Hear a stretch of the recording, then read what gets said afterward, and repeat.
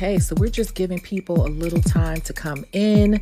Make sure that you are smashing that notification bell. You can also share this live if you like, or tag a few people that you think this would be good for. And don't be shy, because this is a place to discuss things. You don't have to be a veteran to really have input, because I learn from people every day in the lives and in life. So this is not a place where if you're not seasoned, you can't speak up. This is a place to kind of get the discussion going, to kind of get the mind brewing, so we can all make money in the beauty industry, okay? And you can invite people or share with people who may not necessarily be nail techs, because this is anyone in the beauty industry or for an entrepreneur overall. So just sit back and we'll come on soon. Thanks for your support.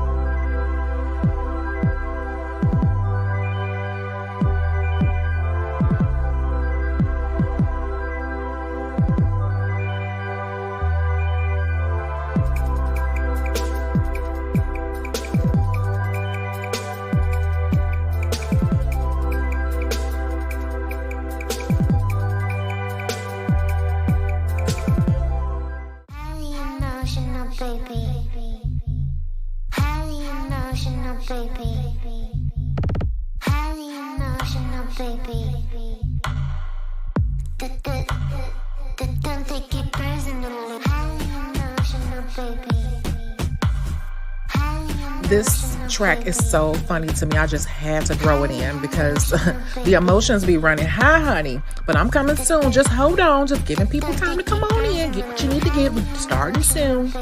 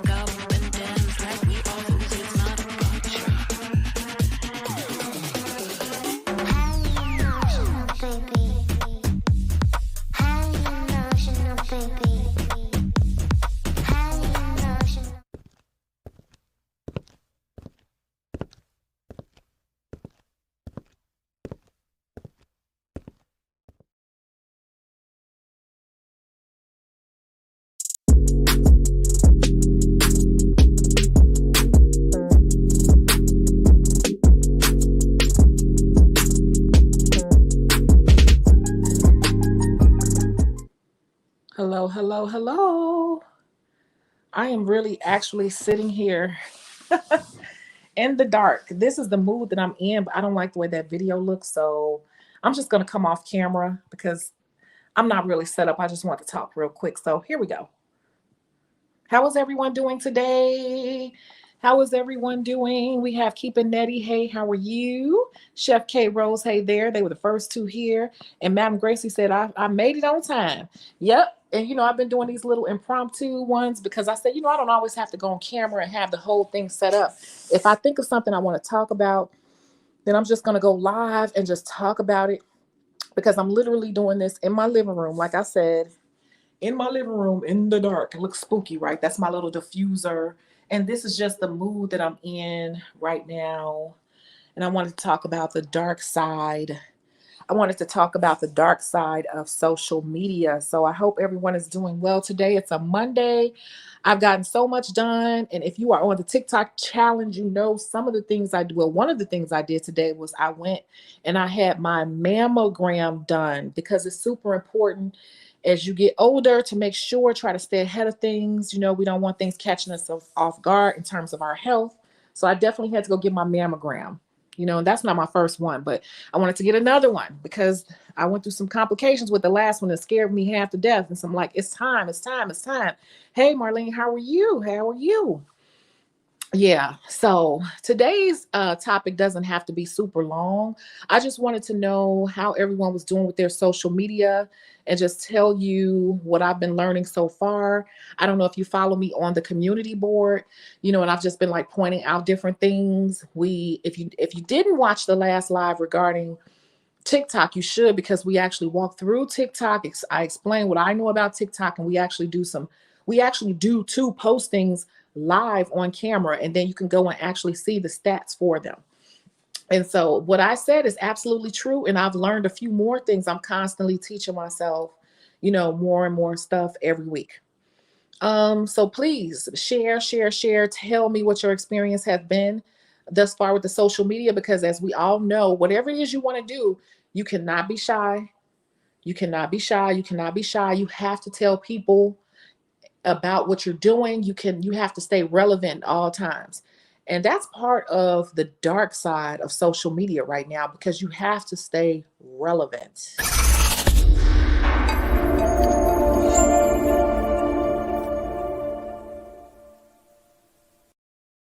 Now, someone was telling me not too long ago, they said, I'm not even going to say these people's names because I don't have time for the drama. But there is a dark side to social media as well. There is a lot of backstabbing, there's a lot of negativity and all of that goes along with social media. And once you start to get on the radar, so to speak.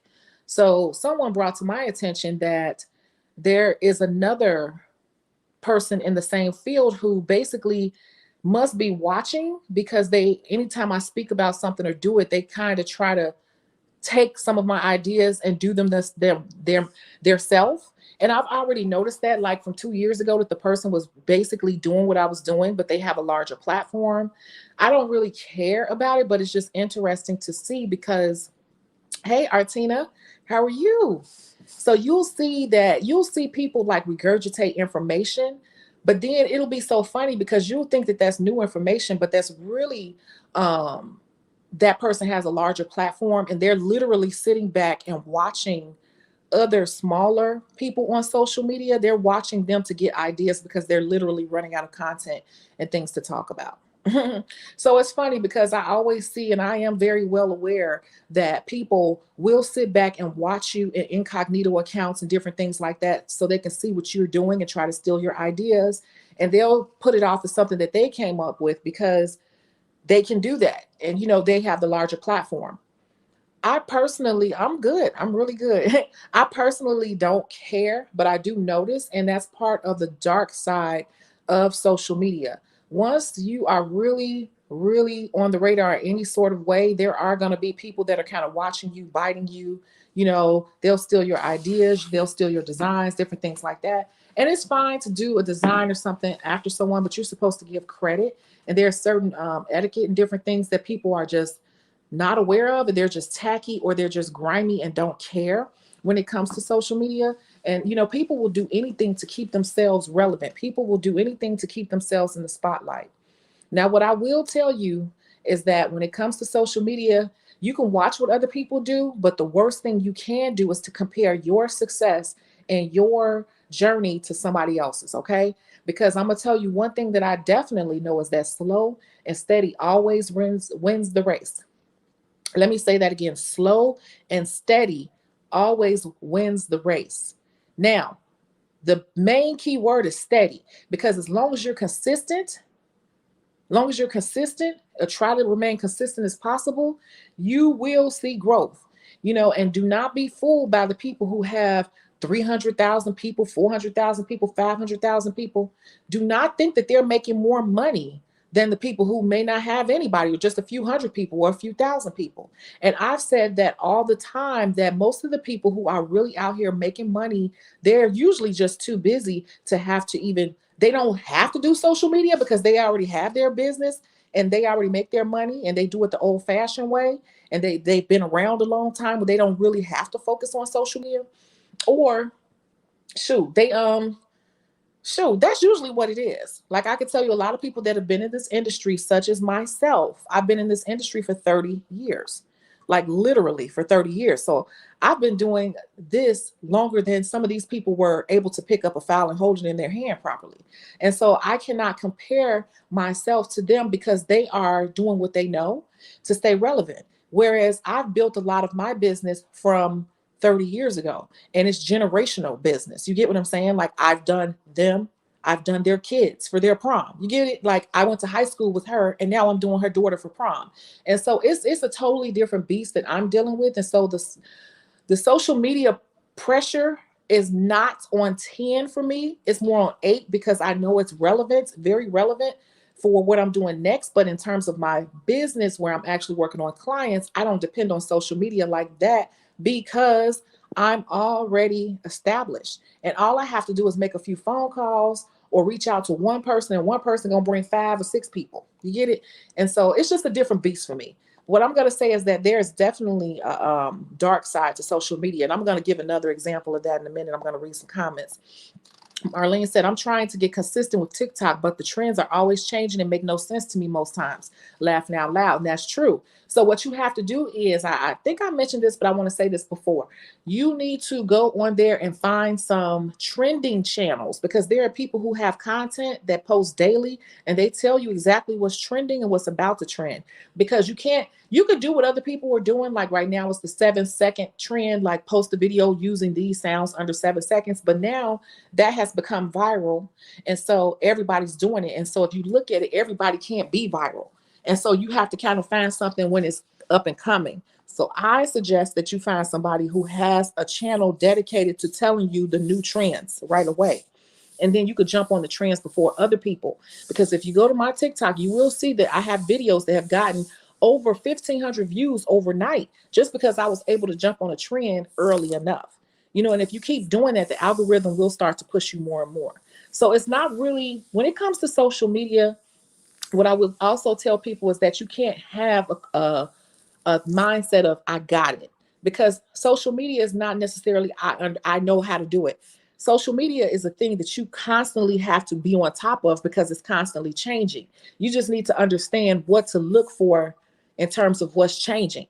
So it's never a person who has social media, and that's why everybody's always putting out different content, because you never know what's going to stick. The one thing that you think is nothing and you just threw it up there, that could be the one video that sticks and goes crazy, and somebody might retweet it or whatever. So that it's just crazy. And the thing that you put a lot of work into, and you thought about it and you wrote it out and you had some people get in and do this skit with you, that barely gets any views. So you just never know.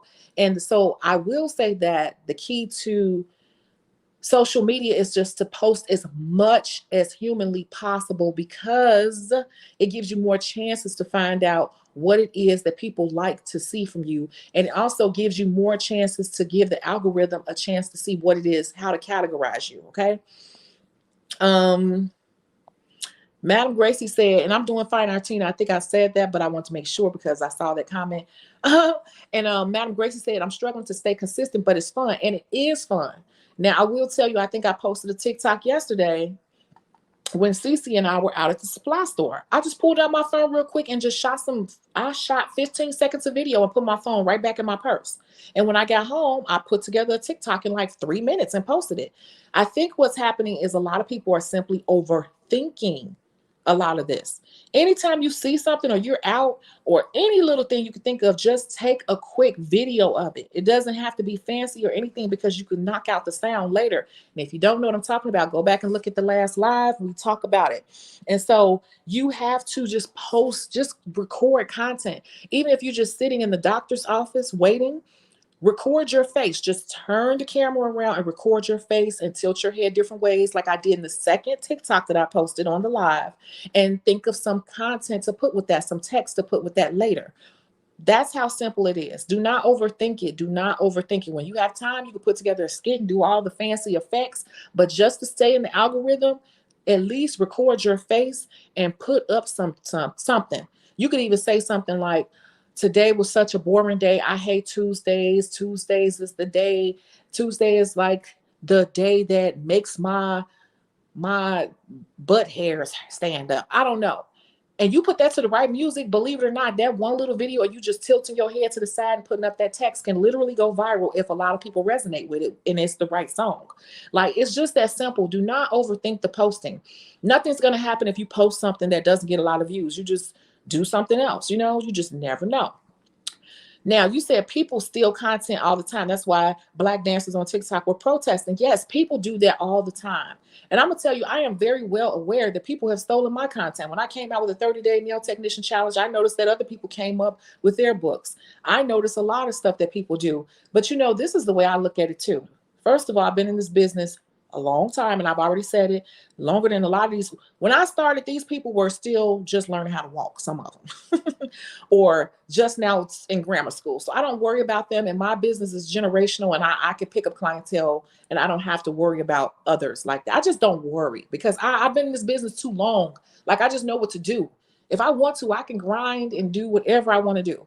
I'm not caught up in that like that. Number two, I look at it as, it's crazy that people who have such a huge mega following, this is the dark side of it, because those people are under such tremendous pressure to try to keep that platform that big. They are under tremendous pressure to keep those people engaged, and those people are under tremendous pressure to always put out something new, something innovative, because they have built this persona online to say that they're this and they're that. And you know me, if you've been watching my channel, I'm just me. I tell you the good, the bad, the ugly. I don't pretend to be, or nor do I say I'm the greatest, because you got now, once you say you the greatest, the latest and greatest, you have to keep that going.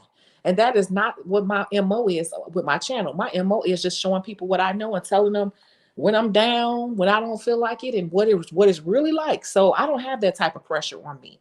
Those people always have to look around to see what other people are doing, because they have to always try to make sure they're one up in everybody.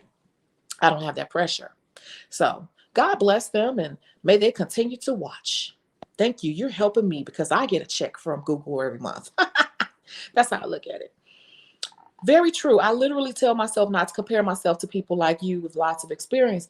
And see, and that's the thing. I don't even compare myself to people who, a lot of these girls who are out here doing all these intricate designs, and people who can sit there and draw the Flintstones on people's nails and the long, that's what's in now. I cannot. I can sit and do that stuff, but I just know that's not where I want to take my business. So I might do it for fun sometimes, but I can't compare myself and say that I'm not doing well in my business because I'm not doing what they do, because they currently, quote unquote, currently are the trend, because I know how the trends go in this business. They come and they go. Just like right now, everybody's wearing French. All of a sudden, now everybody's French. Every darn body is wearing French. French is from the 90s. And people said only older women from Texas and Florida wear French. And that's funny because a lot of the young people probably don't even know that. But now French is the thing. And that's funny because French just popped back up. And all that bling, bling, bling is kind of out. Only one bling nail. Whereas 2 years ago, 3 years ago, when Cardi B first came out, everything was heavily bling. You see how the trends go, and now everything is French. Everything is French. Everything is marble. Everything is encapsulated. Trends come and go. They literally come and go. And so while a person is hot today because they do this particular trend very well, do they have a full understanding of the business, and can they weather the storm?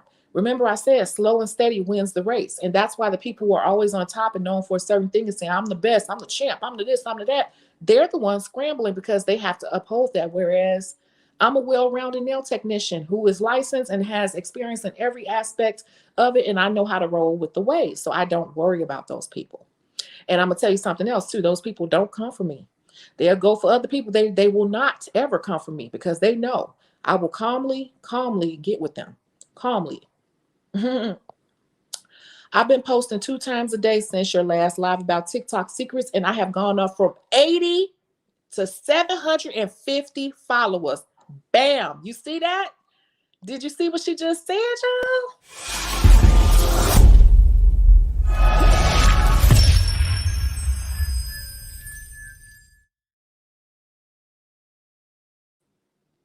Wow, I have been posting 2 times a day since your last live about TikTok secrets, and I have gone from 80 to See what I'm saying? You see what I'm saying? You got more than me now. Because remember, I told you I bought some followers just to see what would happen. And it unlocked the live feature. And I still have the live feature. I still have the live feature. And I don't even have that many followers on TikTok. See? See what I'm saying? Thank you. No problem. No problem. This is what I do. I'm telling you what I know. And if I don't know it, I'm going to find out and I'm going to tell you what I'm doing so you can find out. Maybe you can find out some stuff and we can all share and help each other. Pressure to keep the platform perfect leads to depression.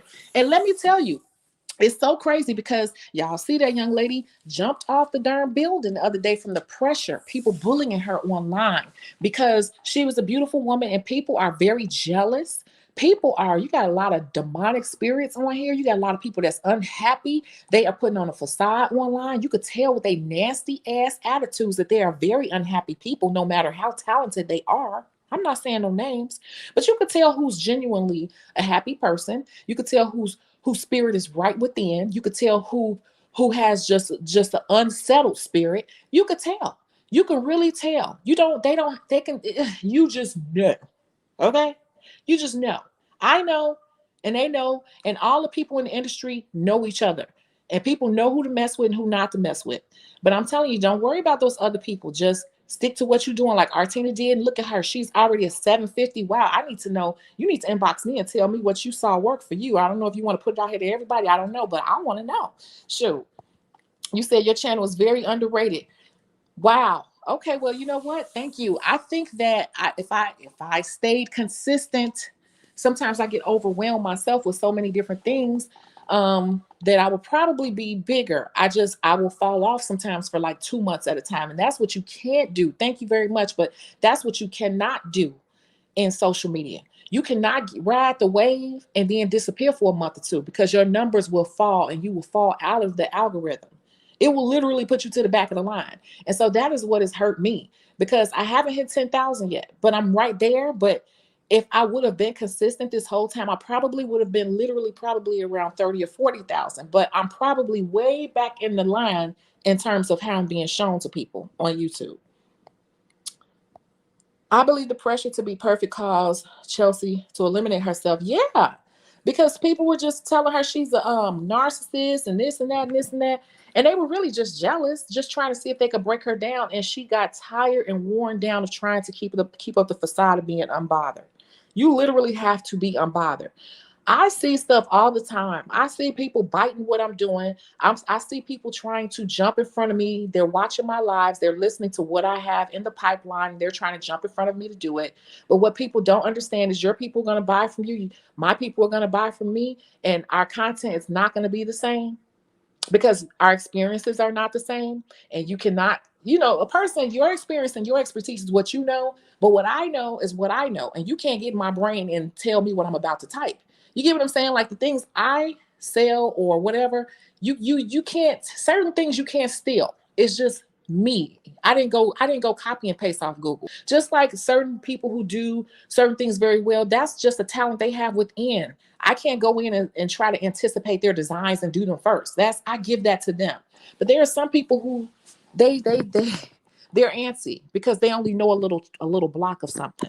I don't worry about it. Congratulations, Artina. Yes. Tipped out LLC. Facts. Just did a French on a 20 something last week. Yes. And French 2 years ago, you could not put a French on the person. You could not. And now everything is in French. Everything is in French. Everything. Now they doing French glitter presses. They doing lopsided Frenches. They doing deep cut Frenches. They doing everybody's now drawing the two vertical lines, the two diagonal lines, and showing how to make the deep V without doing it with the acrylic. Everything now is about a French. And French is from the 90s, you guys. It's all the same. The information regurgitates itself. Teach us your ways, Artina. I've been MIA. Got to watch that live. Yes, the last one from, I think, last week. Okay, here it is, y'all. She said it was posting and not overthinking. See, I just said that. And it was a lot of scrolling and listening to other videos and seeing what sounds they were using and coming up with ideas for those sounds. Exactly what we discussed in the live. But then also having it automatically post to my Instagram. I said that too. Connect it to your Instagram because you're knocking out two birds with one stone. Automatically post to my Instagram for my business, and then using the same videos and posting them on my personal Instagram as well as your business Facebook and your personal Facebook, commenting and liking popular posts and lives and engaging. See, that's all you have to do. I went from 84 to 453 in 1 week just by commenting on teamwork and growing posts. Okay. I know my mom and them probably tired of seeing my content, and that's okay. That's okay because the people that's really, really out here, do you really realize how many times some people go live? Some people go live 2 and 3 times a day plus post up stuff. I could tell you Darius Cooks, I don't know if you know him. He go live in the morning when he'll be laying in the bed like, good morning, y'all. I gotta get up. I hope my stomach, then he get up and say, okay, I'm doing a grocery run. So now he started turning the grocery runs as part of one of his lives. And then he'll post some still pics throughout the day. And then he'll go live at night to cook. That's this big thing that he does. And everybody likes his lives when he cooks at night because he's usually getting drunk as a skunk and, acting a fool. So, but then he's added on more engagement. And one thing he will tell you is that just post. Stop overthinking, just post. He said the same thing. Just put your content out there. A lot of us are just way overthinking it. Way overthinking. The more you do it and the more you pay attention to what's popping and what's not and what other people are doing, you will get better. It's not like, people literally act like they're paying to post. People act like they're paying $10 per post. It's free. That's the thing. Think about it. It's free. I love him too. I got his first cookbook and he signed it in Atlanta when I was there. If you post an IG from TikTok, remove the TikTok logo. IG doesn't like it. I just have mine up there, but I put mine in my stories. I kind of changed up the way I do my Instagram because if you look at it, you'll see it's like I only post up canvas pictures like with 9 blocks of one big picture. So because I'm not really trying to get new clients off the street right now, I'm only taking referrals. So I don't really worry about the timeline. But hey, I didn't know. Share what else you know. Shoot. Okay, good info. How do you remove the TikTok logo? Yeah, see, I don't even know that. Mine just automatically post over to Instagram from TikTok because it's something I do in under 5 minutes. Under 5 minutes. Under. Now, the one thing I got to get better at is making sure I go on other people's stuff and liking and posting and engaging. I need to do that because I'll just be scrolling. But nowadays, a lot of my videos that are popping up are workout videos, weightlifting videos, females, because that's what I've been engaging with. And I guess I got to go back. I got to make sure I'm engaging with the male videos as well because I'll see them, but I'm not engaging like I should. So good reminder for me. Good reminder for me. Let's see. So let me go back to tell you another dark side of social media. There's a young lady that I watch and she does lashes, right? Because I've done lashes on and off for years. Years. I've done the cluster lashes myself for almost 20 years. And I even know how to do lash extensions. I first learned about lash extensions working for Elizabeth Arden when they were charging $750. And 700 or 750. So I've known about them for some time. It's terrible how the industry has gotten watered down. Oh, that's because that's a whole nother beast.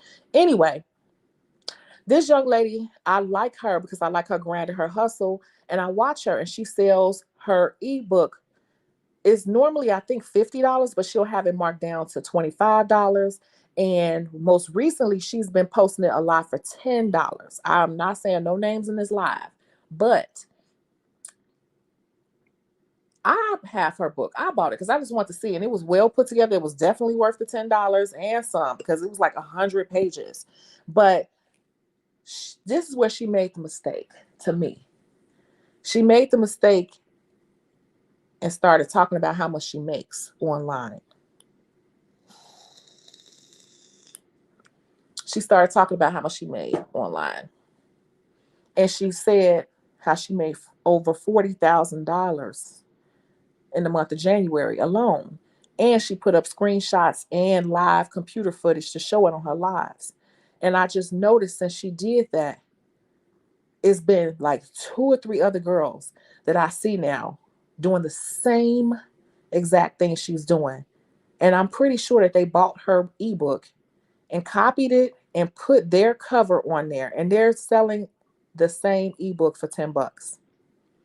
The same exact ebook for $10. And that's because she started telling people and proving to people how much she was making off of this $25 or well, really $10 ebook and plus all her other stuff. So people are literally that gangster to just copy her word for word. They do exactly what she does. Like their setup online for their lives is exactly the same because all she does is sit there and do one practice eyelash, and she may do two, and she just makes sales. And she says she treats it like a job. She sits there for up to 8 to 10 hours a day just doing these practice eyelashes. She doesn't even do live people anymore because she makes so much money doing this.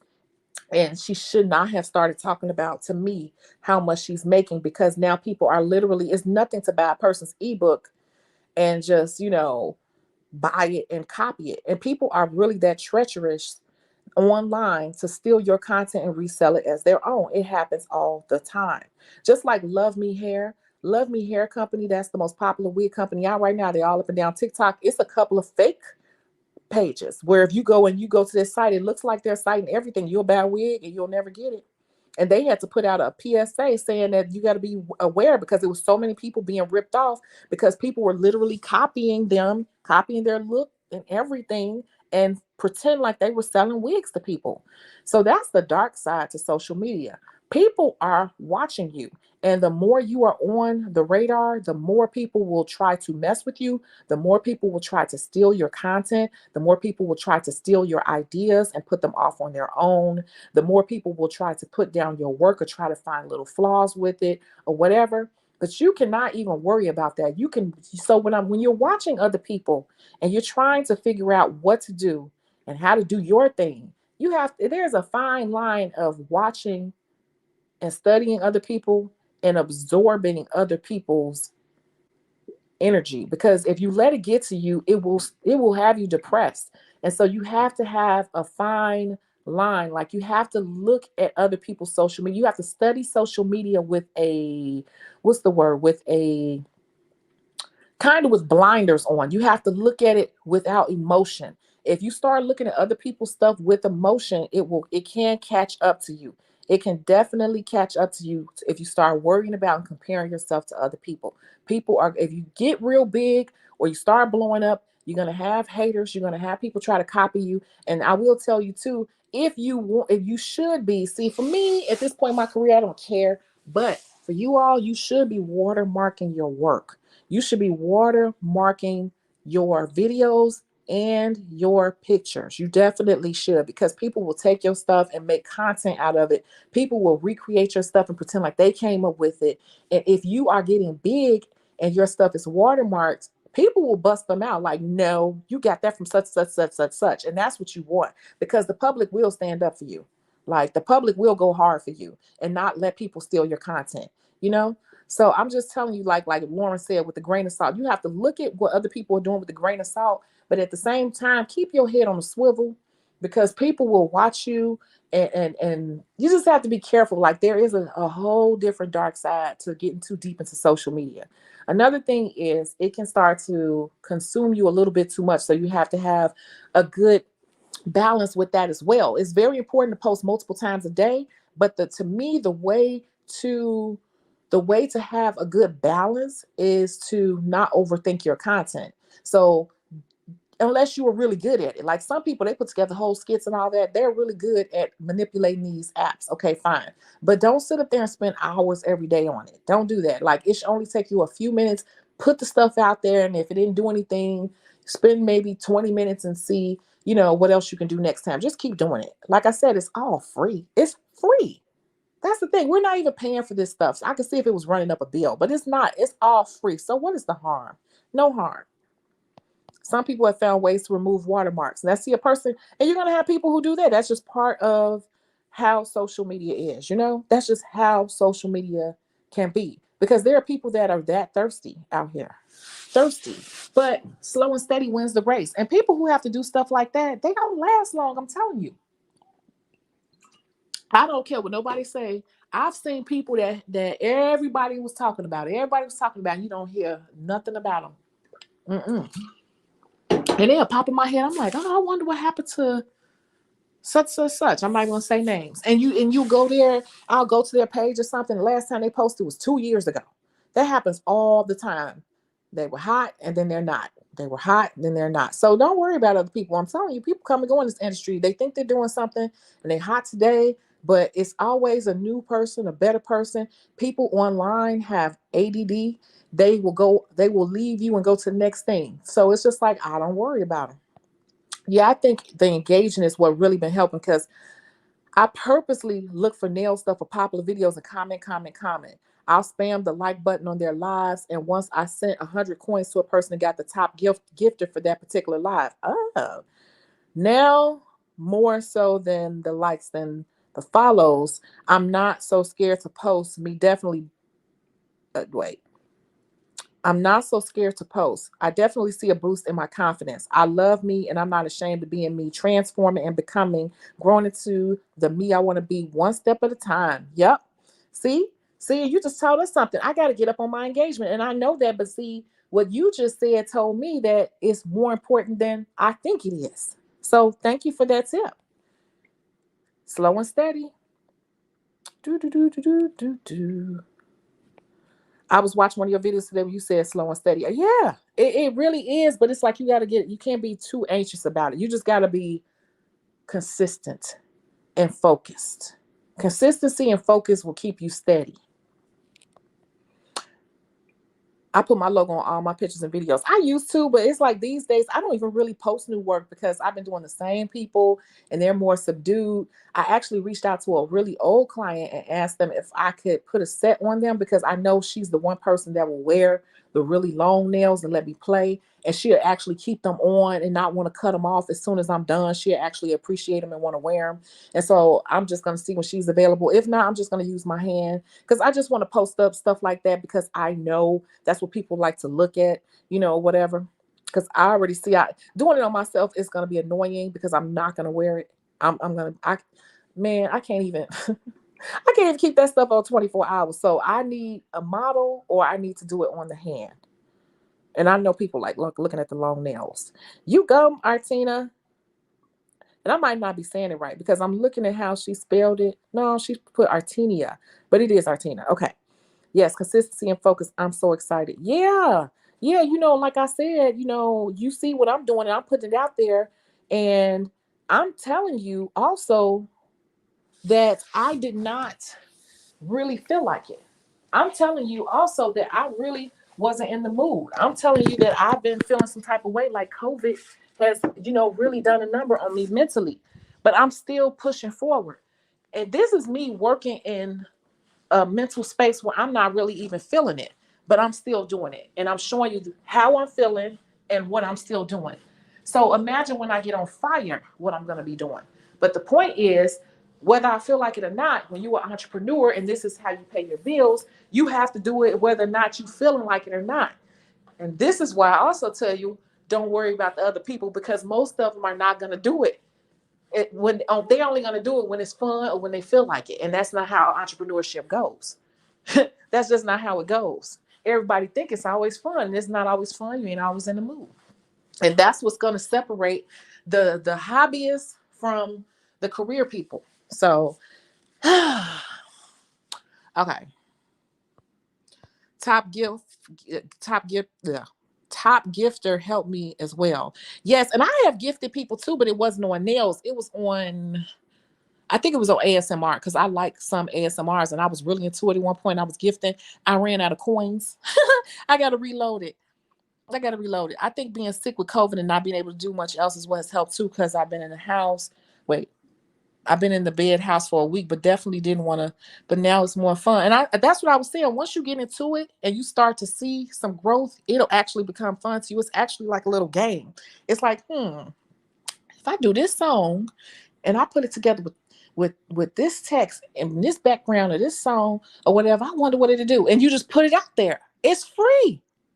And then you sit back and see what happened. It's almost like you putting your bets, placing your bets on a song. You putting down a bet. I'm gonna bet on this song and I'm gonna post this and see what happens. Okay, now I'm gonna do this and I'm gonna see what happens. That's all. It's free. Yes, I did a TikTok today and it was fun. Yeah, it's fun once you get into it. The only thing is we got to remember to do it a couple times a day, at least 2 to 3 times a day. And I was watching somebody's live and they were saying for new nail techs, we should really be posting 5 or 6 times a day. You can post as much as you want. It's free. It's not like they give us a limit, like, oh, you can only post 10 per day or 10 per week. We can post as much as we want for free. So why are we not taking advantage of it? Why not? Why not? Why not? There is a dark side. So when you do it, don't overthink it. Don't spend too much time into it unless you feel like spending a lot of time into it. Like don't feel like you got to sit and put this elaborate video together. That's what I'm saying. But social media can be a beast, but we got to deal with it as you get on the radar, as you get on the radar more and more, you'll start to see little things, especially if you're going live. People will be haters or saying that looks crooked or that don't look right, or well, just whatever. But just take all this stuff with a grain of salt. I've been dealing with this for years and years and years and years. It does not bother me, but I'm so glad we had this live because we see that there's somebody who actually has success just that fast, just that fast. Like, wow, now I'm going to go do that. I'm going to go be more engaging. I do other stuff, but I'm not engaging enough on the nail video. So let's be engaging. Let's talk.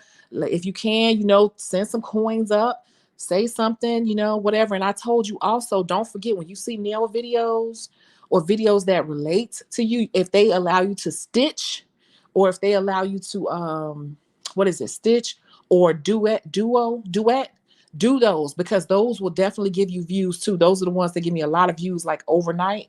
So check and see on the videos that you like. They don't have to be nail videos. It could be a video like tell me about a time when you and try to relate it to your business or your page, and then you stitch it and you do it because those stitches definitely bring traffic your way. It's like a chain. It's a chain. You want to jump on those chains. So look for those. Yeah. I think that's what scares me, the haters and the negative Nancy's, because I like to clap back. Yeah, don't forget about the stitches. Yeah, and that's why when I did my live and I was doing my hand, I was so embarrassed because I was like, oh my God, I'm sitting here looking like a beginner.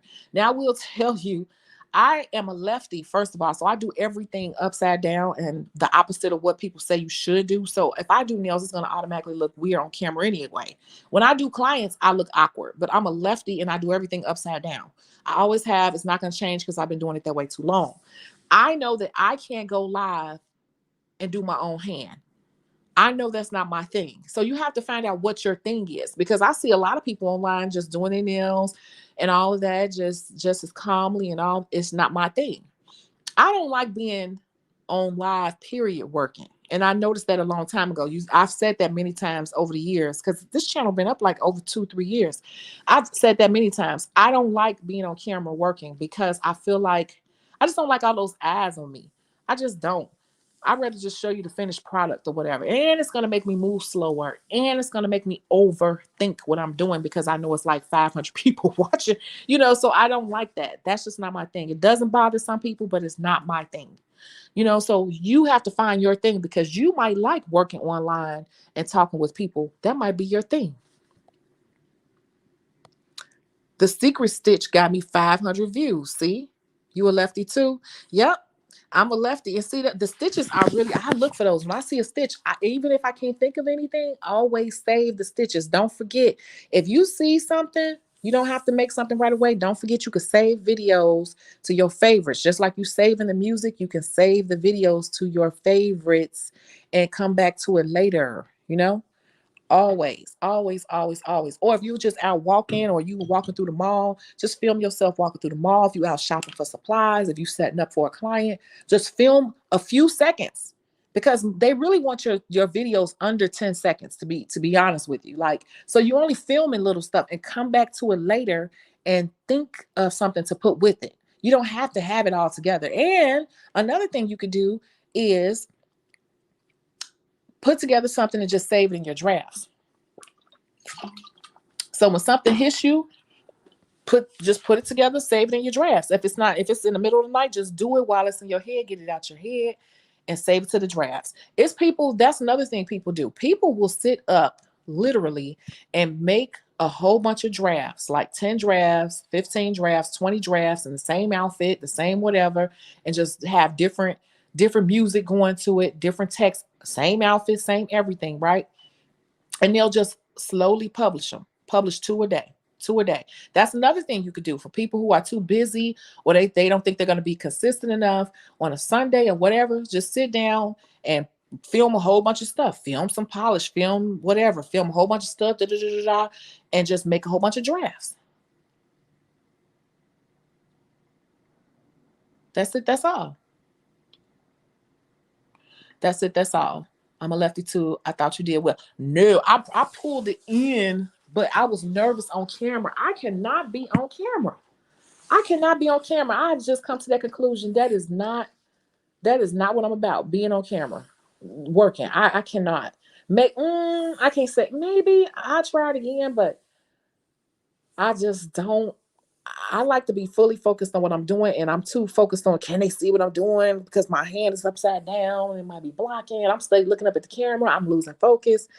I don't know. Maybe I'll try it again. We'll see. And that's another thing. Is sometimes it takes time to figure out what your thing is online. Like Darius Cooks, he self-publishes all his books. He does his own dinner parties. He's turned down a lot of corporate sponsorships because he doesn't like what they want him to do, because he knows what works for him and his crowd, and he's already making the money. So why switch it up? So you got to just find out what works for you. Some of you all is going to be lives. Some of you all is going to be just product reviews. Some of you all is just going to be talking about the problems and issues like I do. I focus more on the business side, problems, issues, solutions. You got people that are just really talented and they go more into technical skill and how to do different things, or it's so many different avenues. It's just so many different lanes you can stick in. You just got to put them all out there and see which one you like the best and which gets the most engagement. So I feel like I've talked enough. Does anyone have any questions or comments they want to add into it? The dark side to social media, period, is just the pressure to keep up, the pressure to create good content, the pressure, of comparing yourself to others, which is something we could definitely control. Some things are within our control, some are are not within our control. Yeah. Okay, so I have a question. I have seen a lot of people on TikTok talking about the speed and normalizing and normalizing taking 3 to 4 hours on a set. Didn't I tell y'all that though? I don't know how I feel about that. I've only been doing nails 2 years, but 3 hours is max for an XL set, unless I'm hand painting Mona Lisa or something really intricate. I just feel like more money is being lost. And it is. And it is. And it is. And it's funny you say that. That's why I kind of said, because that's one of the TikToks I was going to make, and it's probably going to piss people off. I did one saying this is probably going to piss technicians off, and it was like round one. Dun-dun-dun, dun-dun-dun. And that's funny because that was going to be another one. How I've been seeing that circulating around. And I was going to say something about that because they should not put that out there. Because if you are spending 4 hours on a set, baby, whatever your daily rate, if you're not making it off that one person, you are losing money. And you are right, but see, because you watch my channel, you know to wrap your head around it that way. And a lot of people, this is why they will not last. Because while they may be talented, they don't understand how to run their business, and they don't understand how to calculate their overhead. They don't understand what their bottom line is. They don't understand how much they need to be making per hour, per client, how many they need to be doing per day. And they don't want to look at it. All they know is that they're having fun right now, and they're talented, and they hot. They hot right now, and everybody all over them. That's all they know. And they making money today. They're going to burn out because they're not going to want to keep doing those 4 or 5 hours set, 3, 4, 5. And they saying 3 to 4 hours, and some of them going up to 4.5, 5 hours. They're not going to want to keep doing that when they see they're not really making money. You know? That gets tiring. And then it's like, okay, you charge this person $100, but you just sat there and worked 2 hours.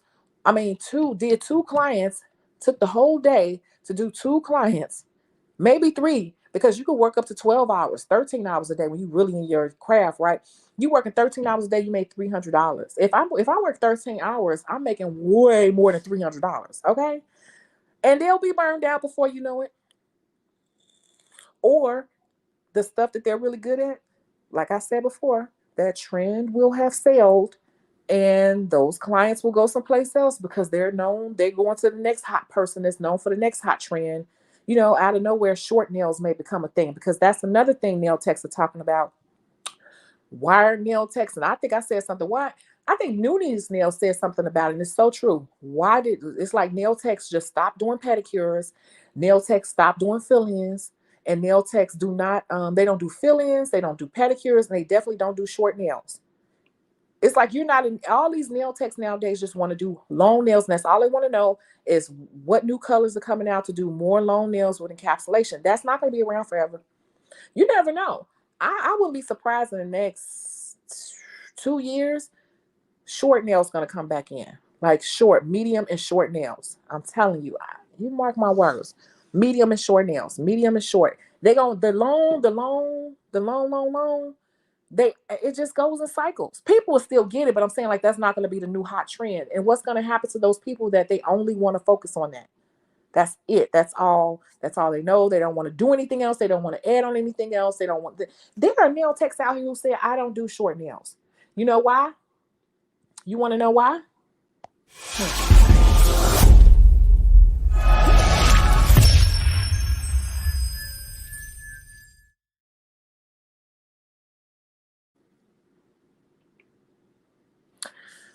Because they can't lay short acrylic.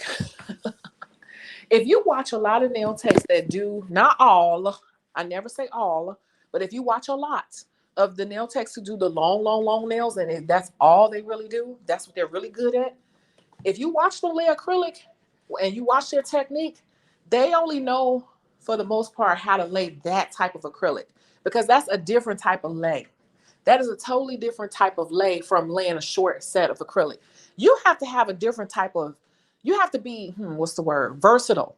You have to be a versatile nail tech, because laying short, neat acrylic that's going to stay and not come loose and pop off, you have to know how to control different bead sizes and have real precision control over your brush in different conditions. And some of these nail techs, that's the other thing. They've trained themselves to do one thing and they don't want to know anything else. They're putting themselves in a box. And so a lot of them say they don't do short nails. They don't like it because it's kind of boring to them. But I'm going to tell you too, they don't really want to fool with that, because it'll probably be some bricks up on the person's fingers. They don't really know how to do short nails, and vice versa. There are nail techs who only do short nails, and they would have a hard time laying long acrylic because they're trained to just do all this short acrylic. I suggest that nail techs know how to lay any length of acrylic. Any, any, any. I ain't saying you gotta like it, but you should know how to do it. Now, I'm gonna tell you what I don't like doing, but I can do it, is a person who wants to overlay on their natural short nails. I don't like doing that because I feel like it's going to chip. And that's probably, to be honest with you, because of the way that I lay acrylic. But there are nail techs who know how to lay little itty bitty nails on a natural short nail and it'll stay on. I personally would just probably put a hard gel overlay over them since that technology is out. But I will admit the things that I don't really like to do, but I have had to do it. And if I had to, I know how to kind of adjust myself. A lot of the newer nail techs don't want to know how to adjust. They just want to know what they know because they're hot right now. So I don't know. Yes, the comparing yourself. I be having to catch yourself. Yeah, they'll make you feel like you are just there.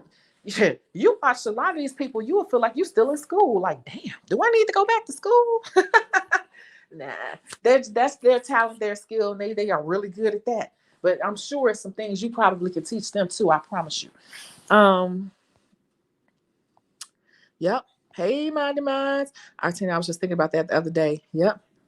I just record on my phone, edit, then post. The old people way, but it works for you. Hey, yep. And that's still a good way too. The thing of it is, you putting out content. Just everybody, don't forget your hashtags, because what you don't understand is that the algorithm cannot read your videos, nor can they read your pictures. Algorithm can only read hashtags. Okay. I do see some people posting and you all are not putting up any hashtags. And I'm like, oh my God, where is her hashtags? Where are her hashtags? I really would want to say something, but I'm like, I'm not going to put that on their post, and, put them out there like that. But I just want to put it out there. You all remember that the algorithm cannot read video and it cannot read any of that. It cannot read it. It only understands the hashtags and the engagement. It only understands numbers and hashtags. Yes, and short nails are coming back. Short nails are coming back. There are people that are hashtagging short nails, short nails of TikTok, all of that, because there are some really beautiful sets, especially with all this nude color acrylic that's out. They are really going in with that. And so that's a whole different clientele. That's a whole, I'm going to be honest with you, that's a whole more solid, more consistent, more stable clientele, the short nails, because those are the professionals who want a little something that's long lasting and just a little something, but they can't go to work like that. But they can go to work with some short nails with a little pop, or something that you could put on there that's like va va boom, but it's not catching attention in the meetings, or it's not catching attention from across the room with their boss, but people close up on them can see like they got a whole little design going on. That's a whole different clientele. And that is a clientele that's going to stay with you throughout the years. They'll come in and out them short sets. Like, oh, I want to give my nails a rest. And you could just start giving them manicures and no chips and nourishing their nails and their feet. And then when they feel like they'll go back into their short set. That is a more stable client. I've said it so many times. Is it okay if everyone drops their TikTok names? I want to follow them too. Yep, do that, do that, do that. Yes, that's ridiculous. He also said, what happened? Normal nail, and what happened to normal nail lengths? It's like they don't get any love. So, oh my God. So now, and guess what? I understand that's the trend. And I was, I used to wear long nails myself. I don't know how I used to do nails wearing long nails, but I did. I used to wear the nails where I didn't even cut them back in the day. Back in the day, I did. I get it. I'm older. I get it. But now they starting to put teddy bears and donuts and lollipops and stuff all on top of the nails, to the point where I'm like, these people, they nails now have just become sensationalized. A lot of these nails are wearable. They are literally wearable works of art for the person who doesn't have to do much. And that's what people want to see online. But you don't have to do that. But if you can, or if you feel like experimenting just to put it out there that you can do it, it's cool. It's just like kind of showing off. But in real life, most people are not. Who do you think is wearing that? Like in real life, young girls who, I don't even know what type of job they have with, like when they put the donuts and teddy bears and stuff and all of that hanging, and it's like you can't even put your hand in your pocket. Like, I don't know. I don't really know who's really wearing that in real life. I would have to say those are really young girls who are not into a job yet. Because you can't even work at a restaurant with that on. You can't work in food service. I don't know what they're doing. I always wonder, like, what do these girls do for a living and wear these type of sets? And then the other thing about that particular type of client, that is a phase. That particular woman right there is going through a phase. I used to wear real long nails with all that stuff on it when I was young, maybe for like a couple years. I quickly, as you grow as a woman, your taste develops differently. So that is a very temporary time in that person's life when they're going to keep that type of style. So if you're talking about building clientele, I will not ever put all my chips on that client. You get it? And because they can't shape short nails. Yeah, see, it's a lot of no, I was just wondering, was I saying her name wrong? But yeah, it's a lot of reasons why, and that's why I said you can't compare yourself to other technicians too, because a lot of them are good at that particular thing. And I didn't want to be mispronouncing Artina's name. I'm like, when I saw you say Artinia, I was like, have I been saying it wrong all this time? But it's not. It's okay. I'm just saying. So I didn't want to put you out there like that. I thought I made a mistake, Marlene. Tipped Out said, Tipped Out LLC said normal length is coming back because some of these girls are damaging their nail plates from these XXL sets. Exactly. Exactly. And you see, I put a TikTok out there saying, don't get mad at me, but we're not gonna talk about how people can't just keep putting on these sets and ripping them off and putting on another one for the long haul. That's gonna ruin the nails. And the everyday woman wants medium to short classic nails. Exactly. Like in real life, I just wonder, like, I always wonder when I see the girls now with the lolly. I'm not trying to be funny when I say that. That's the thing. And they're putting donuts and teddy bears and stuff, like big pieces. Like, yeah, those to me, they like going Crocs. But people are taking the Croc decal, the Croc things, and putting them on their nails. And I'm like, you can't even really do your hair. You can't put your hand in your pocket. You can barely tie your shoes. That's a very small group of people. I don't care what people putting out here on TikTok and on social media. Do you really think that these people are just lined up with people? They probably are for a month, a couple of months. But in real life, that's gonna get old real fast for people who gotta work. So I wouldn't put all my eggs in that basket. I think a lot of people are putting that type of content out for wow factors to get followers, for a wow factor. Okay. That has to be a wow factor thing. I played myself the other day running a special and a chick got over on me, but not again. Wait, what happened with the special? And they can't lay short acrylic and they can't design them either. Yeah, see, this is the thing too. I was telling Cece the other day, I said, if you really want to talk about it, it's actually easier to design long nails. Those super, super, super long nails are easy to design because you got all this space.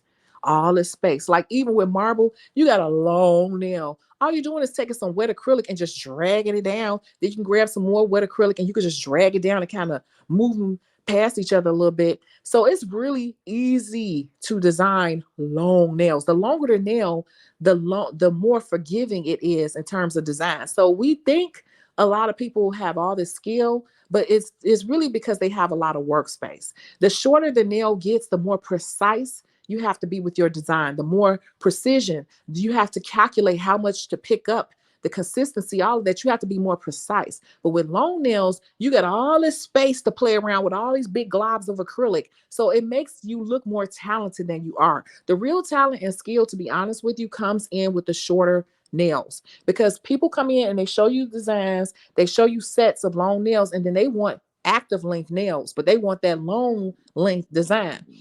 And for us, it's a challenge because we see 3, 4, 5 different colors and this and this and this, but they got short nails. You get it? Like, if you really want to think about it, where's the talent really lying? Think about it.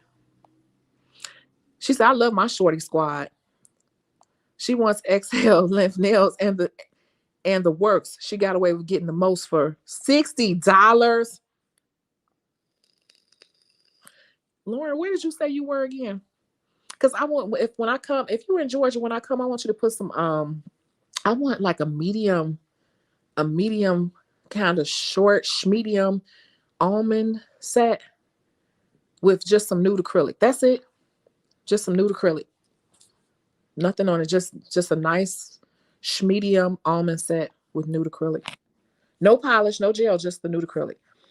Nothing wrong with taking your time. You can gain speed with time. That's what my goal is. I just think 4 hours is, that's too much. And to normalize that for your business just seems like you're losing money. And you're talking about it heavy on there. Yeah, they try to normalize it.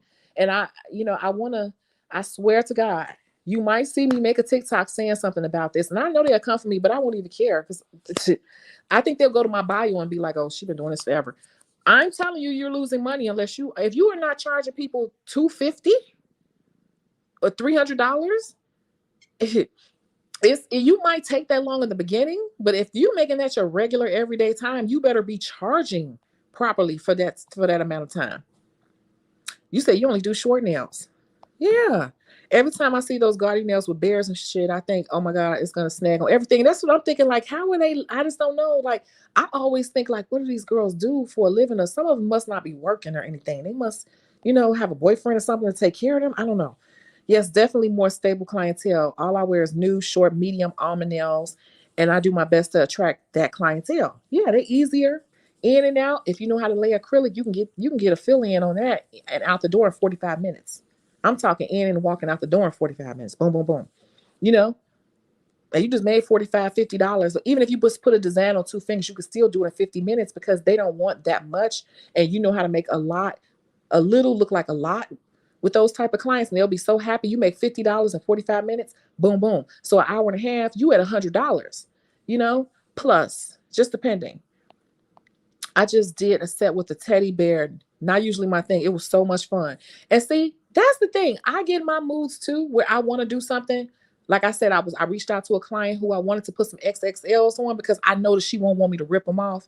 I can't stand when people say they'll be my model, but after I'm done, I got to cut them down. I got to do it. Well, you don't want to be my model then, because now you asking me to do your nails twice. You either want to be my model or you don't.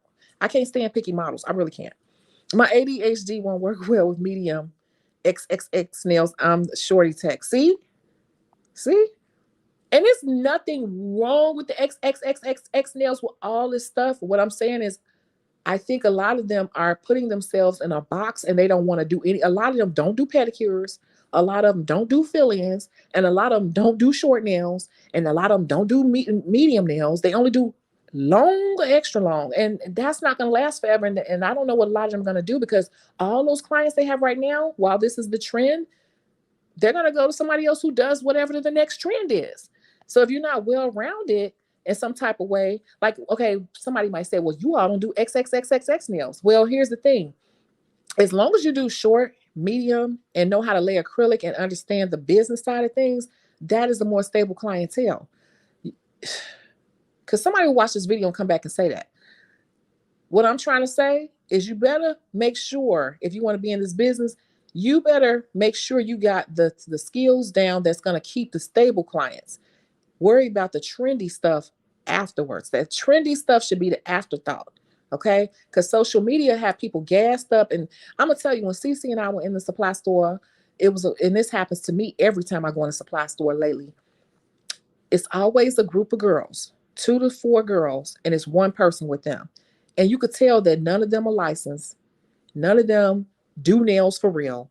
But it's one nail tech that has brought people to the nail supply to tell them what to get and what it's for. It's like, literally, I hear them. Cece and I looked at each other. The girl was like, what is this? She was explaining what acrylic was and what to do with it and all this.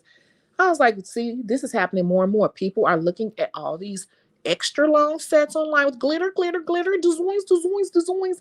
And people are literally saying, take me to the store. How much I need? Okay, take me to the store. I'll pay you if you let me get some stuff on your license. And, you can show me something. And people are literally showing anybody just how to do it, because they're looking at this fantasy idea of what it's like to do this business, and they are just going to the supply store and getting stuff.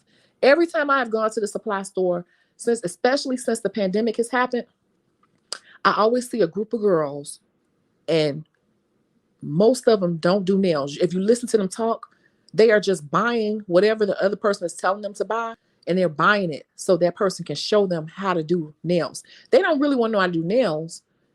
They just want to do the long acrylic, and they want to play with the colors and the glitters and the ombre and the teddy bears and all the stones. It's interesting to watch this industry, because it's becoming so watered down. Just like I told you earlier about the lash tech with the $10 class, and then people are literally stealing and doing the exact same thing she's doing with her content. Social media has a dark side, because while it gives you a lot of information, the dark side to that is giving out too much information to everyone.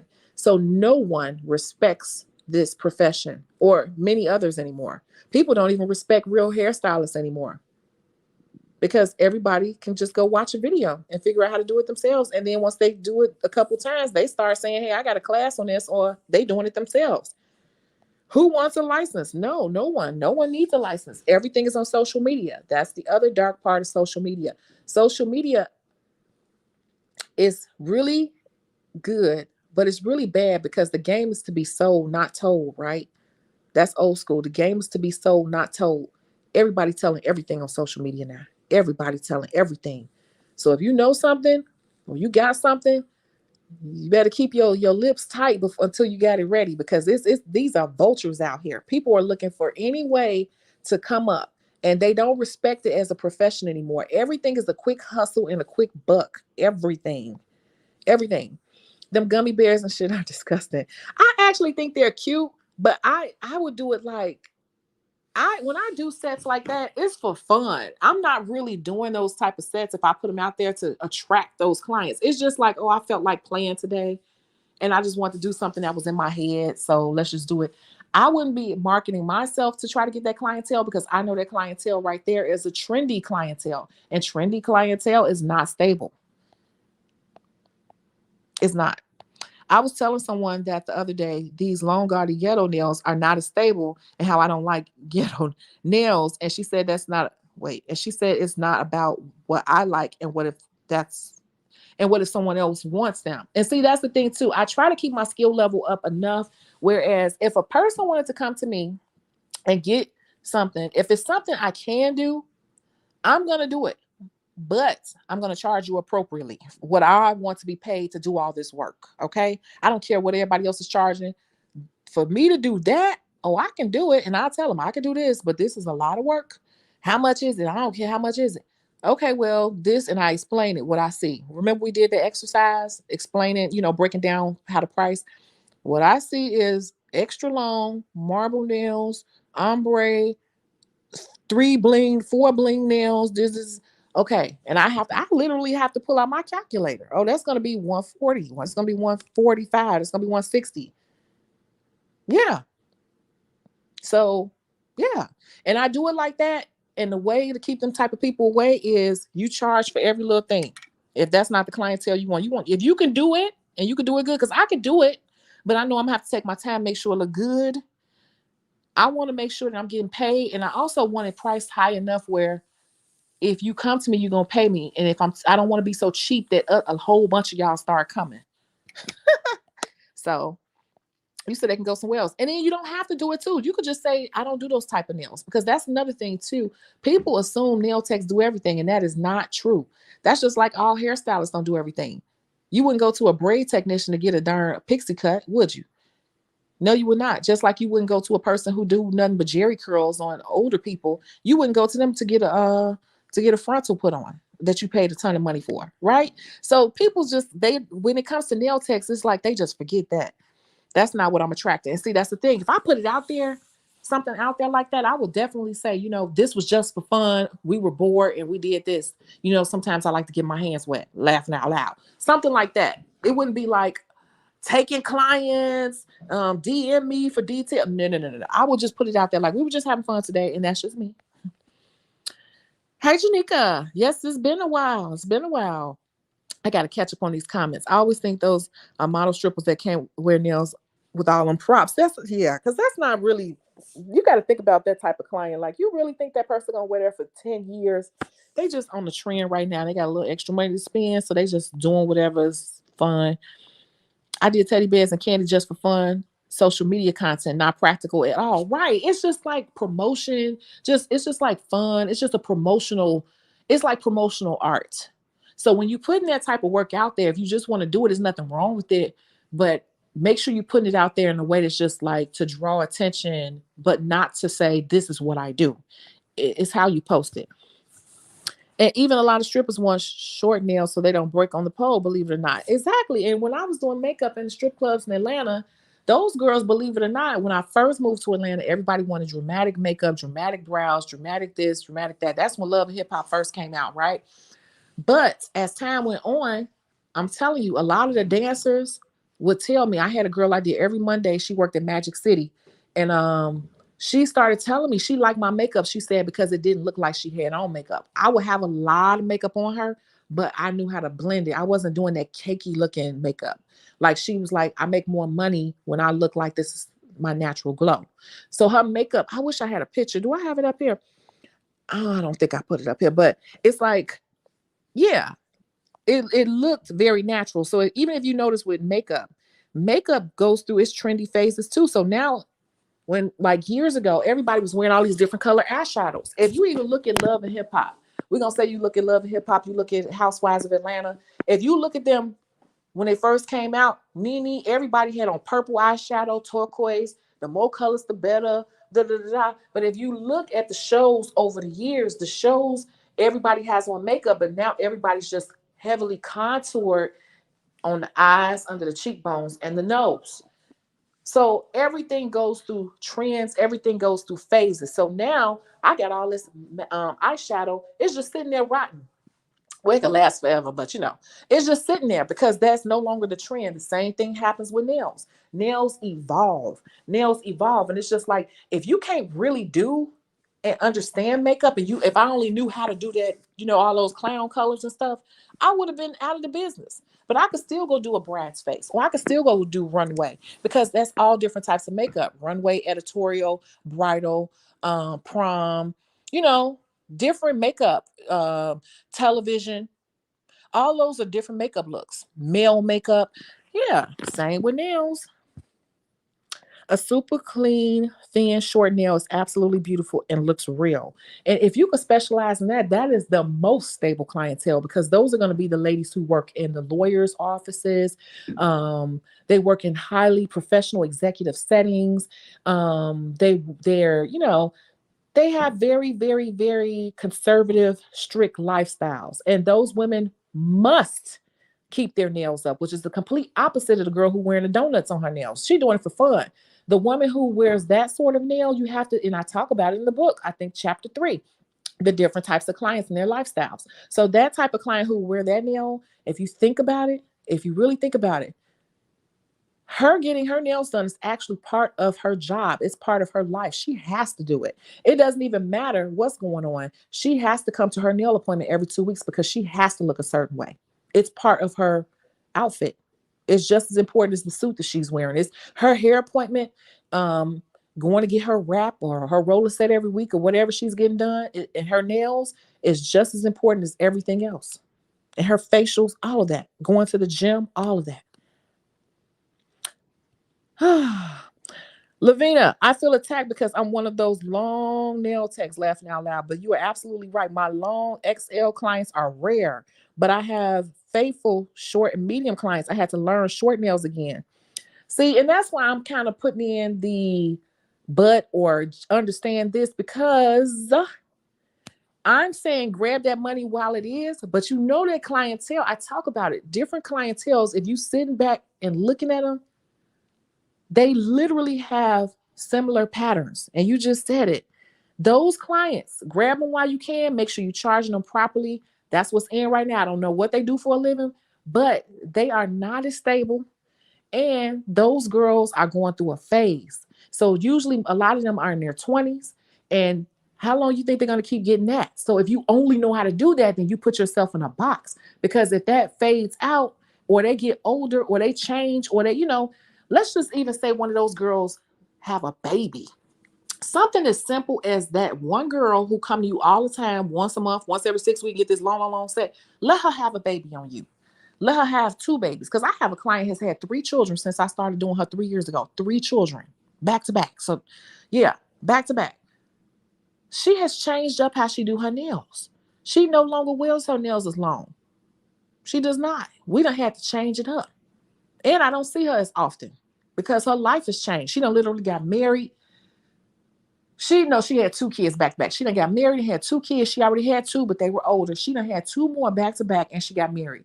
The way she gets her nails done and the length she gets her nails and how often I see her has totally changed. So my point is, if that's majority of your books, you literally put all your eggs in a basket that's not that stable because with them long nails, any life thing can change. Let one of them clients have a baby. Let one of them clients get a job. Let one of them clients actually get a job that pays a decent, I'm going to even say here in Chicago, if you go work at Ford, you can't wear nails working on that assembly line. If you do, they got to be really short. You will be bleeding and in the hospital in the emergency room. So that same girl who was coming spending 150 on the nails, let her go get somebody got her in with Ford. Here it's like, oh, it's hard to get in with Ford. You don't turn that away. She got to stop getting them. She got to stop coming for a minute. Any little thing with them long, long, long, long, long nails will change up. It will send that client off. Let's think of another thing. Let's see. Have a baby. Get a job. Um. mm, mm, this is another thing too. A lot of those girls that get them long, long, long nails, they're real reckless with how they move. And let them start getting severe breaks in their nails where they bleeding. So now they got to let it heal. They walking around with a Band-Aid on. So now you're not seeing them for a while because they traumatized. It's like, it's so many little things that can happen with that. So they're fine to do it, but don't put all your eggs in that basket. That's my whole thing. Yeah. You said I played myself when I did her nails, knowing damn well I wouldn't charge that regularly, trying to run a darn special. You know how I feel about specials. Specials for what? If you do a special, you know how you're supposed to do a special. You got to go back to some of the old videos. You run a special, it's supposed to be bare bones, and you make people think they're getting something, but they really get nothing. And then everything else is a la carte add on to where they really paying you what they're paying you because the point of the special is just to get them in a chair, but not to be giving away stuff necessarily. I had to learn how to make short nails jazzy. I now understand that everyone can't do outrageous lengths. Yeah. And everybody's trying to do them now, but it's really the young girls. It's really the younger girls. And younger people, they always bounce around. Even the young girls that come sit in my chair, sometimes I don't see them for like 3 to 4 to 5 months, maybe 6 months. It could be a year. And they come in with some nails from somebody else. And I'm always, can you fix this? And they lumpy it because they don't went to somebody who they saw on Instagram. I hear it all the time. The girl was unprofessional. Girl was late. The girl had attitude. The girl charged her a different price from what she said over then they end up back in my chair. But I know why they went to somebody else, because they know that that's not really my thing. So they will go explore, but they always end up back in my chair. I swear to God. I don't have a lot of, but they always end up back in my chair. I don't know. Never again. I'm telling you, discounts for what? You don't have to discount, because people are not necessarily looking for a cheaper price. And why are you looking for people who are looking for a special price? That's a person who doesn't want to pay. Yes, and it's all love. I'm just trying to explain the my idea behind putting all your eggs in that basket. You in Henry County. Where is Henry County? I do a lot of models and entertainers as long nail clients. Okay, my working clients get medium short, but I love the long ghetto nails still. Okay, but you got them all though, and you know how to do it all. So that's fine. That's what I'm saying. You're not putting all of your eggs in one basket, because I do it all too. Believe it or not, I don't really do the XXXXX long nails anymore. The one or two that I had, they kind of disappeared. And actually, I saw one of them, they're not even wearing nails right now. But you're not putting all your eggs in one basket, and that's the smart thing to do. Now, I have my moments. It just depends on what mood I'm in. I have different moments where I dress a little more ratchet. Sometimes I dress a little more conservative. It just depends on what mood I'm in.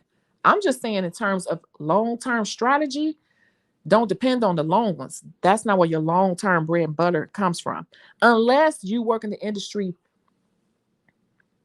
unless you work in the industry like as an industry nail tech, like then maybe, you know, maybe. Yes, Chicago, let me do them almonds for you. Okay, okay. The medium almonds. Yes, the almonettos are fire. Yes, that's all I want. I want to be like, yes. And like I was saying, darling. Hey, call me Sally. I was watching a video the other day, so please don't feel no type of way. No, no, no. I was watching a video the other day to keep the prices on the higher side so there's more respect put back on the industry. Yes, it's no need right now. Let me tell you something. This is the other thing I was telling Cece. There is no need right now to discount or run specials, because if you pay attention to these newer nail techs that are popping up, young ones, 19, 20, do you know how much they're charging? Because they're doing these videos now, how much I make in a day. How many of you all have seen those videos? How much I make in a day? I know you've seen those. The strippers, it started out with the strippers doing them. How much did I make in a day? Now, lash checks are doing them. Bottle girls are doing them. Nail techs are doing them. How much I make in a day? I know you've seen them.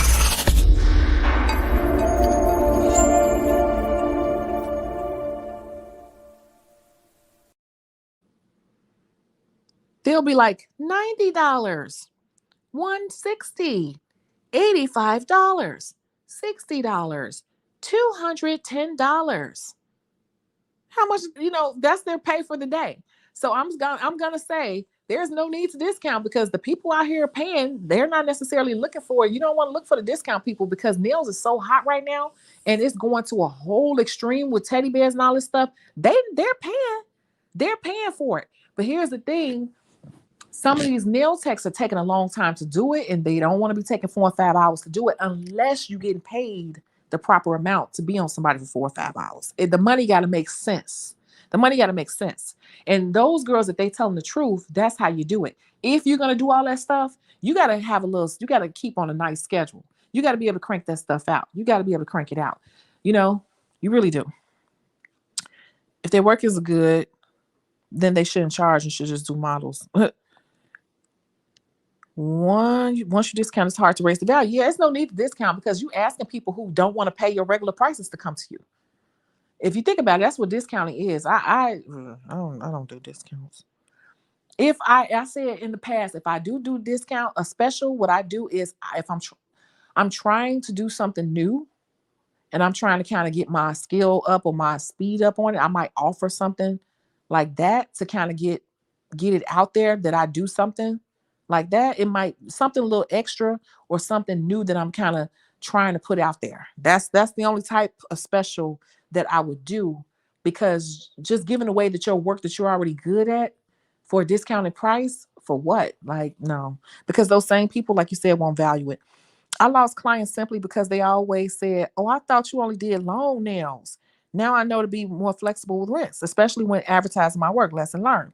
Boom. Yeah. And so when I'm saying things, I'm like, okay, Tanisha, you want to make sure you're not coming off like some things. I'm like, you need to do this, but some things I'm explaining why I'm saying it. And if you're going to do it like this. If you're going to do it, make sure you're getting paid. If you're going to do it, make sure you have this going on too. Yeah. So, yes, be so many folks coming in the supply store with no license, don't even knowing what to get. I'm telling you, I see it all the time. Social media, the dark side is too much information spreading around to the point where people are everybody got an e-course and everything, everybody's selling everything. They learn a little bit of something and then they go tell everybody because they don't really want to do it. They do it enough to get a little bit good at it, and then they start telling everybody else and charging them to tell them the little bit that they know. That is exactly what's happening. Been doing nails or doing whatever for 6 months. They got good at laying this marble and all that, and put up a few pictures. Got they following up real fast, and now they saying I could on the back end. Okay, you give me 350. I'll take you to the supply store. I'll let you get some stuff off my license or whatever, or I'll tell you what to get, or I'll take you where I go, and I'll teach you for 8 hours. I'll give you an 8 hour class for 350. Girls definitely going for that. That's what's happening. That's why I said it's the dark side, because everybody know everything. And now that none of it, hair, lashes, um, nails, makeup, nobody respects beauty professionals, because everybody's a beauty professional. The only thing I will say that has kind of stayed in place, you all, if you think about it, the only two things, three things, only three professions in the beauty field that have stayed intact somewhat, pretty much, are barbering, massage, somebody just booked an appointment, and facials. Barbering, massage, and facials are the only thing that have not been watered down by social media, because everybody telling everything to everybody. Those are the three professions that have stayed pretty much intact, where if you know, you know, and it's not overly saturated and everybody telling everybody. Am I lying? Am I lying? Good for you, Lavina. The journey will continue as long as we are willing to evolve. Yeah. And I say grab all the money, but y'all better be charging. And just we gotta try to know everything. I still want to do long nails here and there just to keep my skills up. And I've said that on other lives too. I still like to keep my hands on something. That's why I reached out to my other client, my old client, the other day, because I know she'll wear them and she won't make me cut them off when I'm done. Because I just want to put something out there, kind of fun, promotional, showing like, hey, I could do this too, just for fun. Just to show I like it. I just don't want to do it career wise like that every day, but I could do it here and there for people. Mm-mm-mm. Social media is cheapening the profession. I remember microblading goes for 700 now. Text charging 250. You can get it done that cheap. Yeah. Same thing with lashes. Same thing with lash extensions. And the crazy thing was when I worked for Tricoci, 750 was a full classic set. And they're giving away mega volumes for 150. That just shows you a lot right there, how it's changed. It's going to keep getting watered down, because when you see people in the store showing people what to buy and saying, just give me $300 and I'll teach you everything in one day, those people know nothing about the business. And so what they do is they go and they instantly think to undercut or just give it away, because they really don't understand. They just want to put their hands on it and play around in it because they're excited. And that waters down the industry. And don't get me wrong, I do nice cohesive design nails, but not gaudy and ghetto. Now, see, this is the thing. I think the word ghetto might be triggering for some people because, whatever. I'm just gonna say more. I like the word gaudy a little bit better, but just the busy nails. I'm just saying, regardless of what it is, I'm looking at the client as a whole and how stable they're going to be in my books for the long haul. So you could do them, but if you want steady books year round for years and years and years to come, when you pretty much know and you could count on the back of your hand how much you're gonna make every week, you don't want to put all your eggs in that basket, because that basket is, I done said it a million times, y'all get it. I went to the supply store and this girl was holding up the line. She spent $1,500 and asked how to use everything she bought. I was irritated. I just walked out. And I've seen that happen too. You see what I'm saying? But what's happening on the other end too is that the nail supply stores, I'm very cool with them at the nail supply stores. When I go in there, they already know. Matter of fact, I was in there the other day and I said, "Hey Andy," he was like, "Hey, what's up?" And he already knew to hand me a cigarette. If you watch my lives, you already know they give me a cigarette when I go in there. And I'm like, "What's up?" He's like, "You family." Da, da, da, da, da. I'm like, "Oh, family." But I've been going up there like over 30 years, 20 years. I've been going up there, so they know me. But let me tell you what they do tell me. Like when it's not busy, we actually talk. We sit and have conversations. I'll be up there talking to them, figuring out what's going on. They are slow as hell. Everybody's slow. Things have slowed down because of the pandemic. So they've gotten desperate. So they're not really checking licenses as hard as they used to back in the day. Okay. Before the pandemic, they was on the license. They would treat us funny as hell. We all know that, right? Now they barely checking licenses.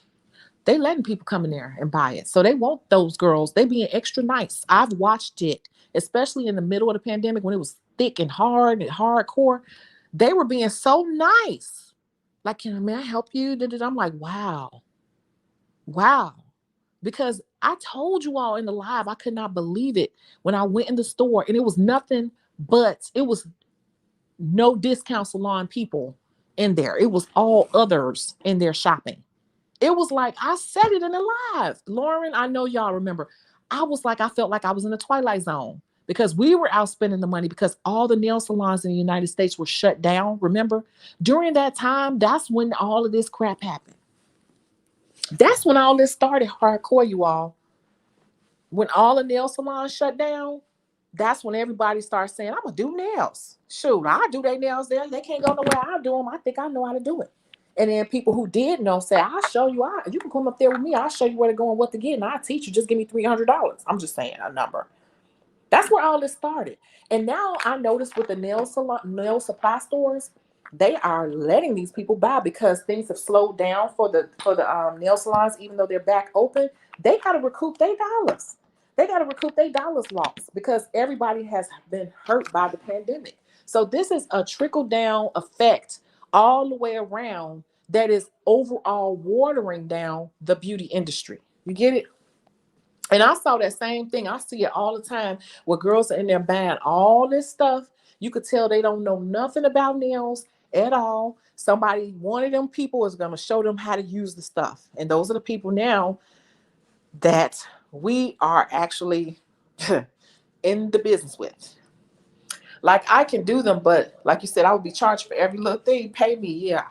I saw a set when I was in Puerto Rico. A girl had a beautiful set of nails on, and it was beautiful, good work. And I think she told me she paid $65, and I just shook my head like, wow, that should have been at the very least 90. But probably just a nail tech who's good at what she does, and she's just happy to be doing people.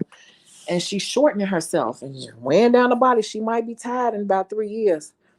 Not a fan of the XXXXXXXXXXXX long nails on social media because they look like popsicle sticks with candy glued to them. But that's the thing. This is the crazy thing. And this is the reason why, you guys, I'm going to say this too, real quick.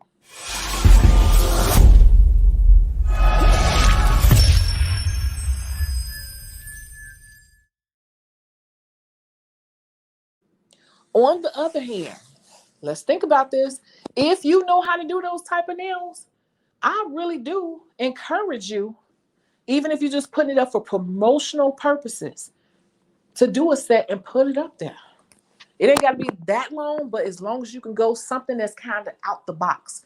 People do that all the time. Like that's why if you ever been to Bronner Brothers show or something like that, they have the competitions, the fantasy hair, this, the that. Now the hairstylists will jump into these competitions and they will do outrageous hairstyles that people won't really wear in real life.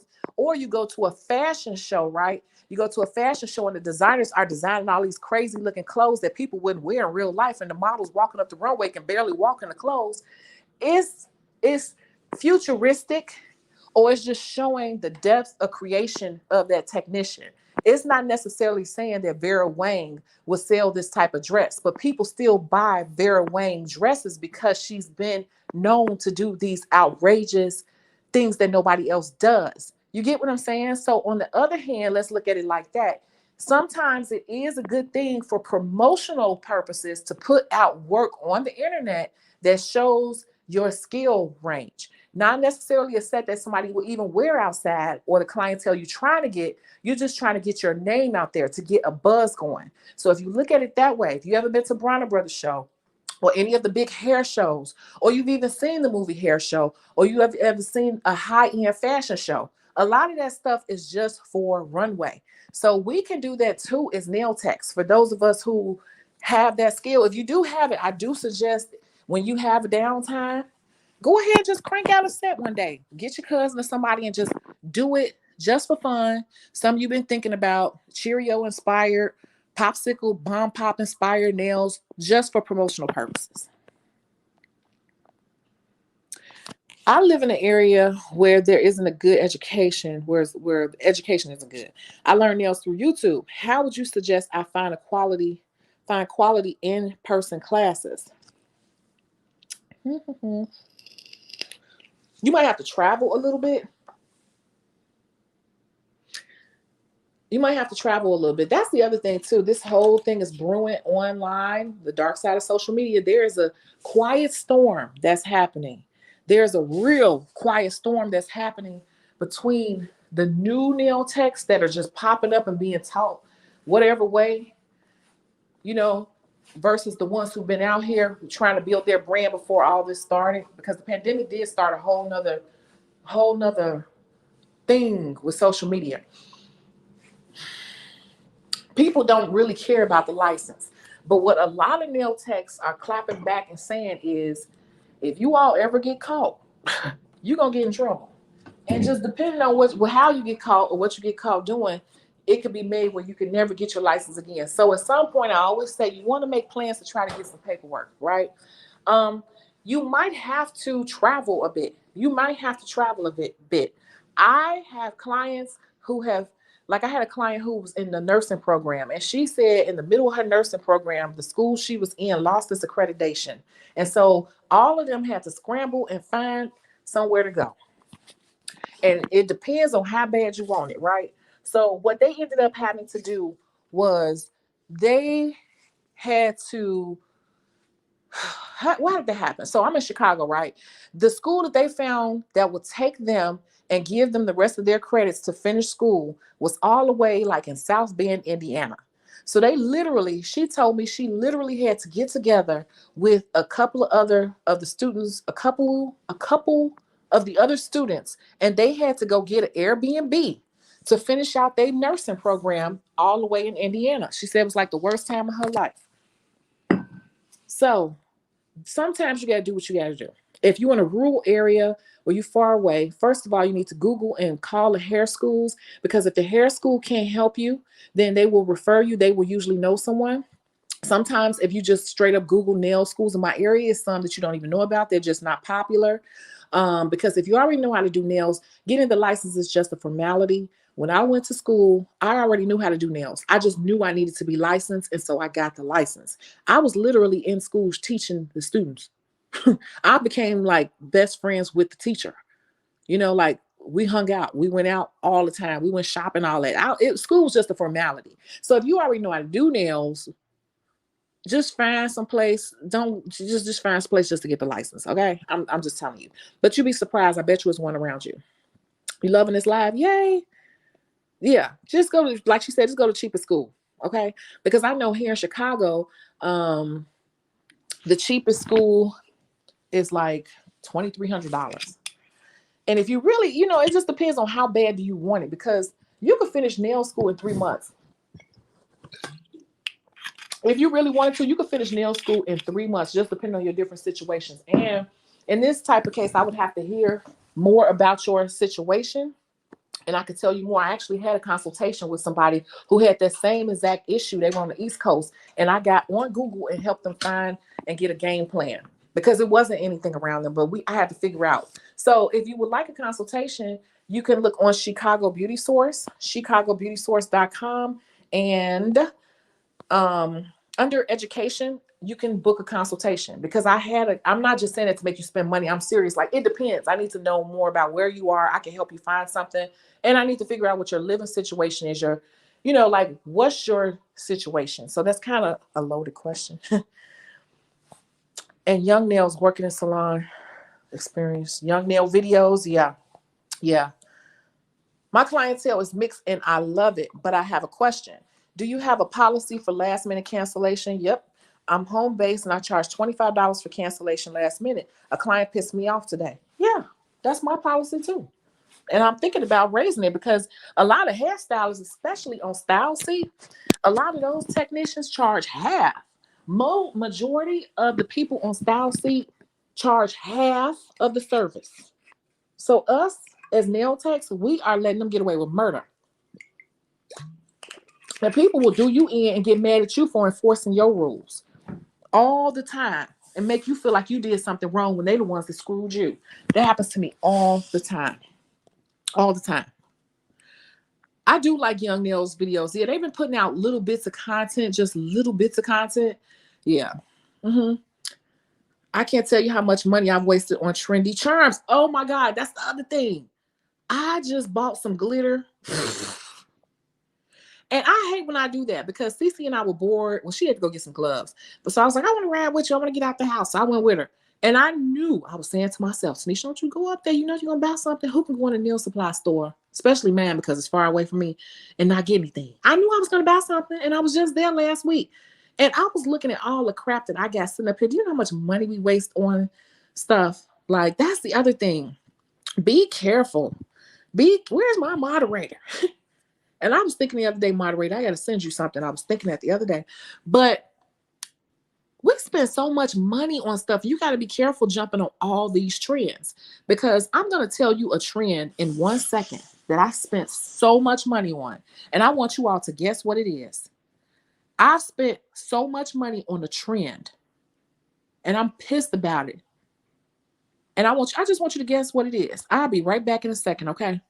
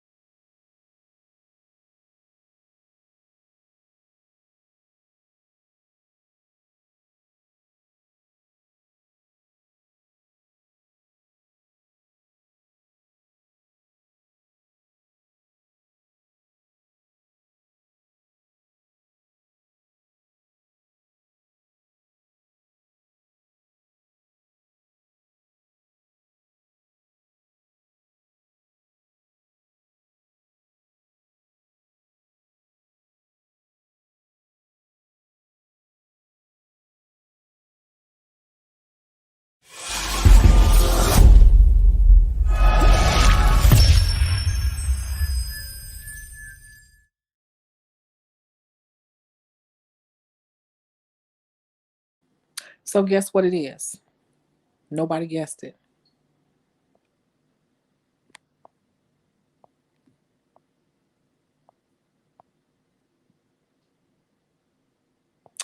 What happened to all my comments? This is as far back as I can go. I'm that far behind on comments, but nobody guessed it because I scrolled down. I have spent so much money on freaking dip powder. Dip. Do you hear people talking about dip anymore? Do you hear people talking about dip anymore? Huh? Do you think about it? Think about it. Everybody was on dip. Dip. And I jumped on dip. And I finally mastered dip powder. And I had a couple of clients get dip. And because I had a couple of clients get dip, and I would say about 6 of them, I kept buying more colors and more dip colors and more dip colors and more dip colors. And I got about 60 dip colors. And dip powder is not cheap, okay?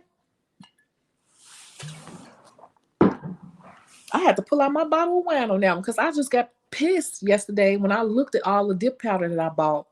And I'm like, wow, nobody even asked for dip anymore. Them same people who come in talking about you got any new colors? You got any new colors? You got any new colors? Now they not even getting dip anymore. So you got to be careful jumping on all these trends, you guys, because this is how I pay my bills, my mortgage, my 3 light bills, 2 gas bills, water bill, insurance, cell phone, all these bills I have that I pay. These people with these trends will have you going out and buying something because it's on right now. And one person get it, 2, 3 people, 4, 5 people get it in a week. And then 6 months later, nobody is even on that anymore. And you got excited because you started making money doing this particular thing. And you go out and buy all this stuff because you're so excited. So next time they come, you want to have more for them to choose from. You want to have more for them to choose from. And more. You want them to be excited like, oh, my nail tech on it. And when that trend dropped, baby, you stuck with that stuff.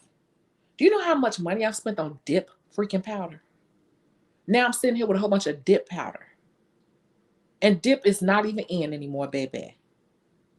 Dip is not in. And I will not be buying any more dip colors. And I will be telling the people who ask for it, I will not be investing in more dip colors because it is not popular anymore.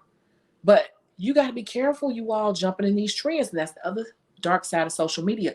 Social media will have you gassed up, and then a couple of people who are also gassed up from seeing stuff on TikTok and all that will have you buying stuff, and you will be stuck with all these supplies. This stuff is expensive. Okay? Okay? Oh, God, I'm way behind. Yeah, so what I'm going to have to do now is, oh, you said dip powder? Oops, sorry. I'm gonna have to start, and that's what made me say, okay, I need to start. Okay, so I'm gonna go back to what Lavina said. She liked to do the long nails, right? The long. I call them clackers. That's the easy way to say it. I'm not against them. I always put my stance on it. So I said I gotta find a way to use all this because this is just acrylic sitting, and some of those colors is like $16 a jar. Do the math. And it's just sitting there. So now I'm like, okay, I'm going to have to start maybe doing some color acrylic, even though I don't like my clientele in color acrylic because they keep their sets on for a long time and it's very limited once you start doing that. But I'm going to have to start doing that, or I'm going to have to start doing some promotional design work and just posting it online.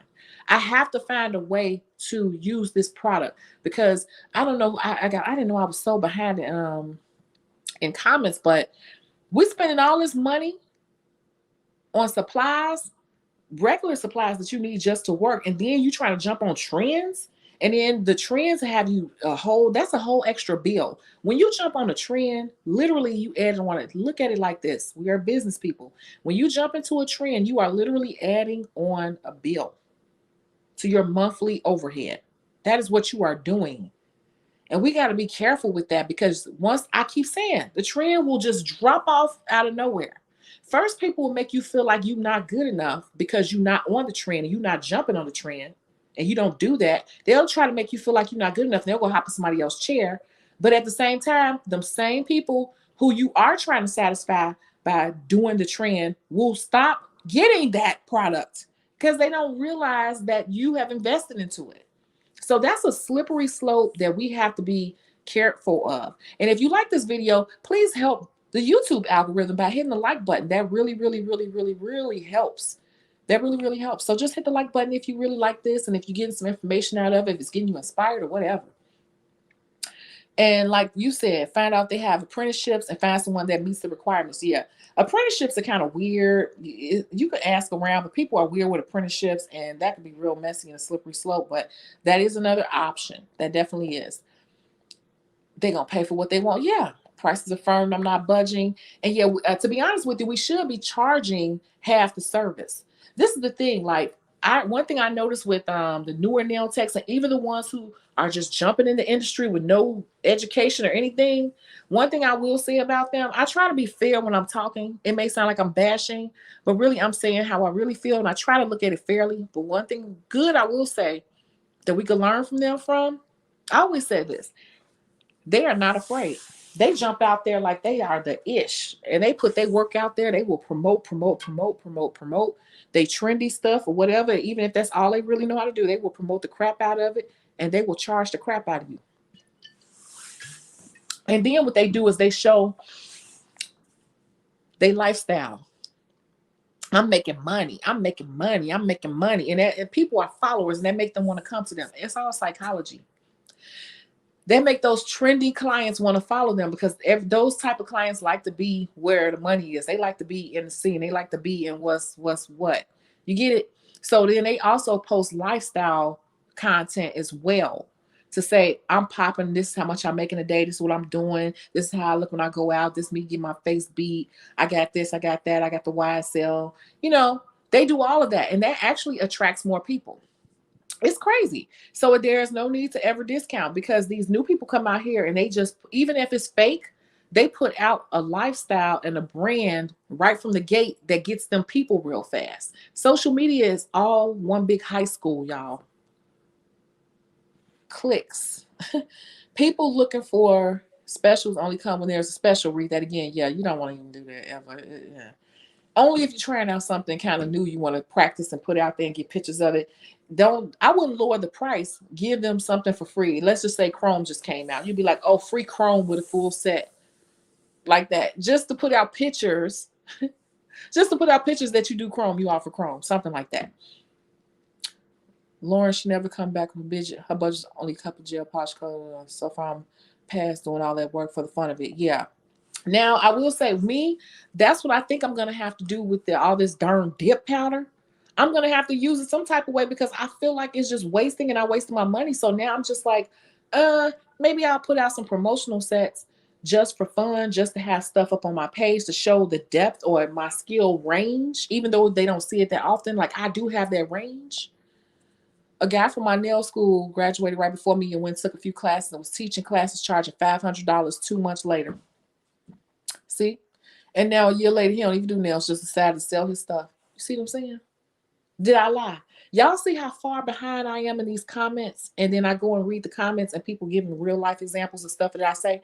That's why I say I don't worry about what other people doing, because I've been in this business so long, and I watch and I know exactly how I go and what's happening. And all of this is the culmination of this damn pandemic. It's getting worse because it's like everybody a boss now. Everybody. And everybody's selling something, everybody teaching. So not only do we have everybody trying to do everything because nobody wants to work for anyone, now everybody's their own boss and everybody's a teacher and got a class and an e-course on every damn thing. It's an e-course on everything. And most of these people are not even qualified haven't even been in the business long enough to be qualified to teach shit, but they are doing it. It's a mess, y'all. So what we gonna do? What we gonna do? I'm just saying, I'm really saying what y'all will do. But I'm just saying, what we gonna do? You got to pay attention to what's happening and be like able to get in front of it, because they are ruthless with it. Like I told you with the girl with the lashes, they are copying that girl, boldly copying her and doing exactly. When I say exactly, they literally sit up and do exactly what she does. Like, they are not hiding it. They are saying $10 lash class, and they got the same exact little one eye, doing the same exact thing, acting exactly like her. It's almost like they are mocking her. I'm not sure about massage still being considered professional. I'm a LMT, and I always hear rude comments about happy endings and that nonsense. Well, I will tell you that my large salon, I had a massage room. So originally it was nail fetish, nails, and massage. And I had a massage room built out, and I had to get a special license just to do massage because of happy endings. And I had to have a fire marshal come out. It was like saying I did massage. That opened up a whole other can of worms with the city of Chicago, right? And the licensing department. And I found out why, because, yeah, they were coming in looking for happy endings. But what I'm saying is, you don't see people promoting that online. Think about it. Do you see people on TikTok like, well, what you do see, I will say this. You know what I am seeing? The new trend, in massage is these men with these sensual massages that ain't real massages. Have you all been seeing that? Yeah, I've been like, that is like, I'm like, are they male escorts? These guys giving out massages. That is the new trend in massage. And you know these people are not licensed because I have friends who have been doing this, doing massage just as long as I've been doing nails. And I asked one of them, they're like, girl, no, those are not even real moves that we do. And I'm like, yeah, I'm looking at these moves. They don't even look real. They be like bending their head, they leg behind the girl head and leaning all close on her with the oil on their body. They never have on clothes or anything. I said, what's going on with the massage thing? What is going on? So I will, massage is being exploited a little bit. That is true. Yeah, because these massages is one move, one 2-3 inches away from full blown intercourse. I'm like, is this real? And my real massage friend said those are not real moves. So that's right. $1,500, but don't know a darn thing. Yeah, yeah, and that's the thing. People will. It's so weird. People rather pay people who are popular. The dark side of social media.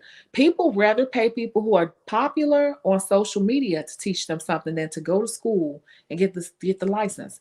And the nail license is the cheapest license you can get out of all the licenses in the beauty industry. It's the cheapest one. Uh-huh. You remember that video? And you said they were being so ratchet in the store. Man, I couldn't believe it was like deja vu, not deja vu. I was like in the twilight zone. It was just, I'm gonna tell you, it was all black people in the Asian nail supply store. I could not believe it. And I knew it was in the height where everybody was scared to come outside. All the nail salons were shut down. It was all black people in the store. They were being so nice to them because they were like, some money is better than no money. And ever since then, I've been seeing that happen more and more and more, and they are letting them buy. So we are getting it from a lot of different ways, you all. The competition is stiff. You said, Madam Gracie said you remember, and you said they were being so, yeah. Okay. Happens in a nail company group you're on Facebook, that you're on in Facebook. People buying whole collections of product and don't know a thing, never even looked at a YouTube video to try to know something because it looks fun and it's pretty and it's glitter and it's teddy bears and it's lollipops and it's this new trend. And everybody is on this boss mode because of Corona. Corona has developed a whole new I'm gonna say subset of entrepreneurs because the subset of entrepreneurs now, they're really hustlers. It's a difference, you know. People who do something because it looks like a fun way to make some quick money. Those are hustlers. They are threatening the viability of the people who want to do this for real as a career long term because it's a new fun hustle. This lashes, it's a lot of different things. People are selling vendor lists and everybody got an online boutique and all this stuff. It's like we got a whole new subset of entrepreneurs that are really just hustlers. So people who really put in, like I'm gonna go to the online boutique. You got Miss Miami, I think that's her name, Miss Miami Bling. She was the original OG of the online boutique. Okay, everybody was buying from her. That's how she became a multimillionaire, right? Now everybody got an online boutique because it's so easy. Because what happened was a few people studied Miss Miami Bling, figured out a few things. You could order stuff from AliExpress. They tried it themselves. They made a couple dollars, and then they started doing what? Selling classes, selling e-lists. And then there was a trickle down effect because it was an ongoing thing. Everybody started doing it, and that has spilled down through into the beauty industry. Hmm. Hmm. Look, I'm taking the bottle to the head right now because am I lying? Am I lying? Am I lying? Yeah, she said popsicle sticks. I didn't say that. Because I plan on putting out a set of two. I do plan on putting out a set of two that's going to be XXL, but they're for promotional purposes, just to show. And it's just fun. I'm not even busy right now. I'm kind of slow. And it's just something to do.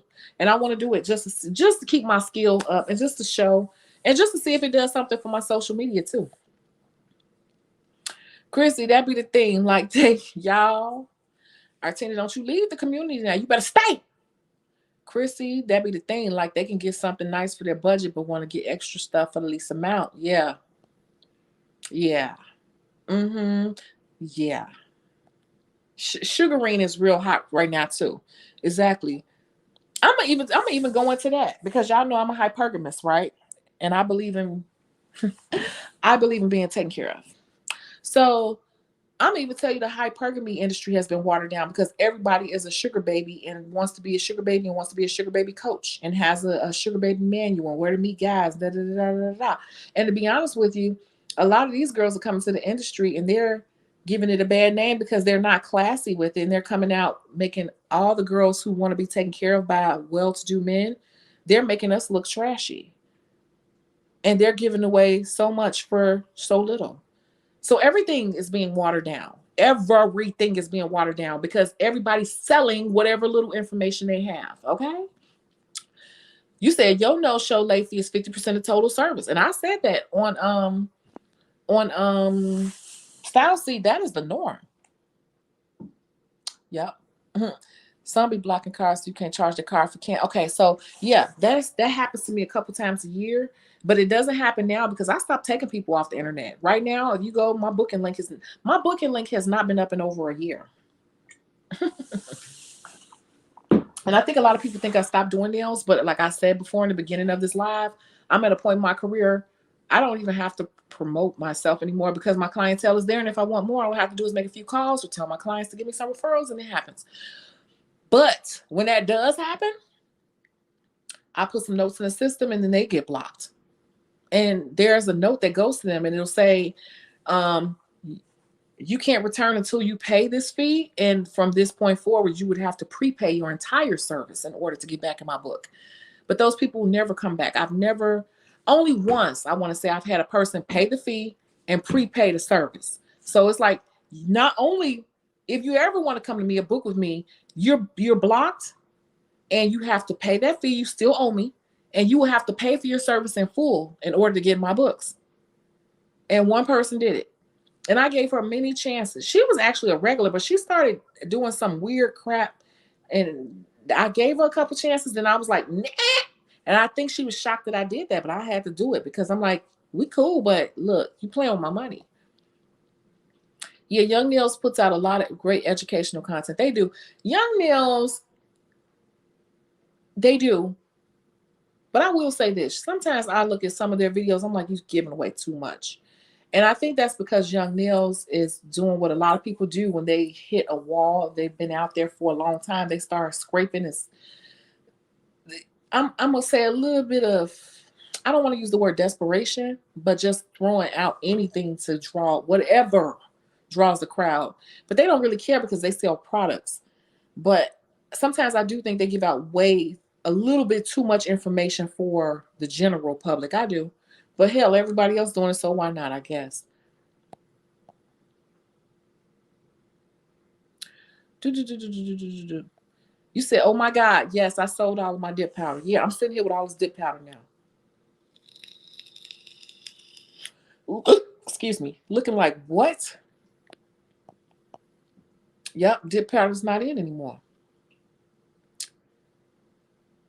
And dip powder, people will say, well, you can use it as color acrylic, but the thing of it is most dip powder colors are not as pigmented. It's a different consistency in most cases. And it's just, you can use it to design with, but again, my clientele is not compiled of people who get that a lot. So it still was like a waste of money. Yep. Trying to catch up on comments.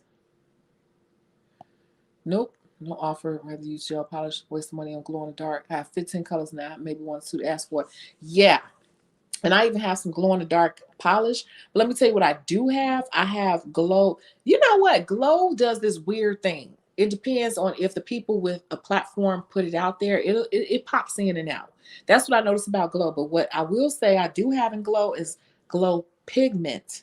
Glow pigment. So I just bought a bag of pigment. And you can mix that pigment in at any time. But that's another one a trend that we jumped on and wasted all this money.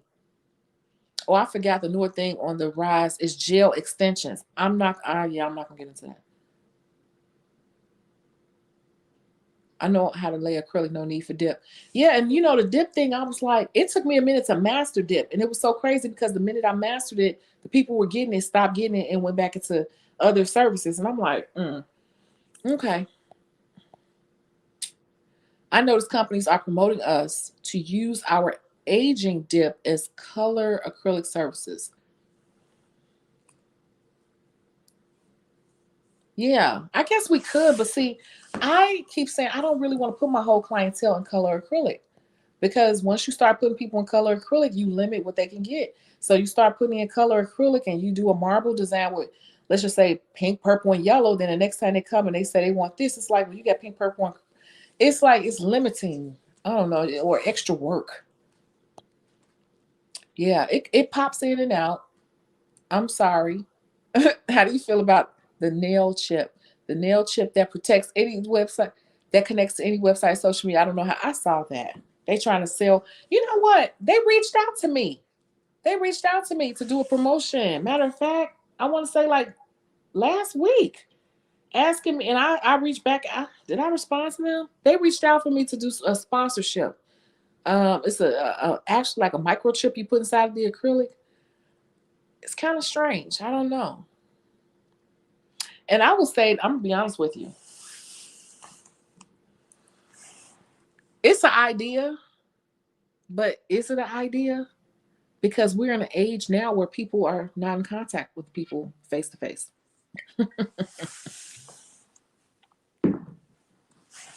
So I kind of feel like they missed the timing on that one because I'm a marketing professional, and if they presented that to me in the boardroom, I would say we've missed the mark on that. Or is this the time to promote that or put money behind that? Because people are staying away from each other right now.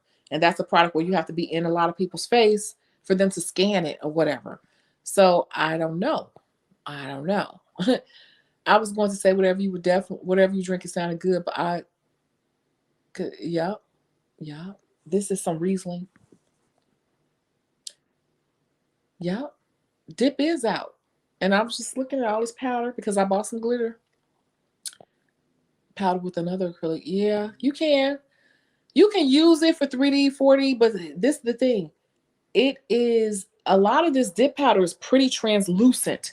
That's the other thing. There is not as much pigment in dip powder because you have to layer it on to get the effect. And a lot of it is not as pigmented and it's finely milled. It's more finely milled than regular acrylic, which means it's not gonna be as dense. So when you go to make, let's say, a flower or a leaf or whatever, it's going to be runnier because it's so finely milled. And on top of that, it's a little more translucent. The most of them are. Using with the ombre gel. Use it as an ombre with ombre gel.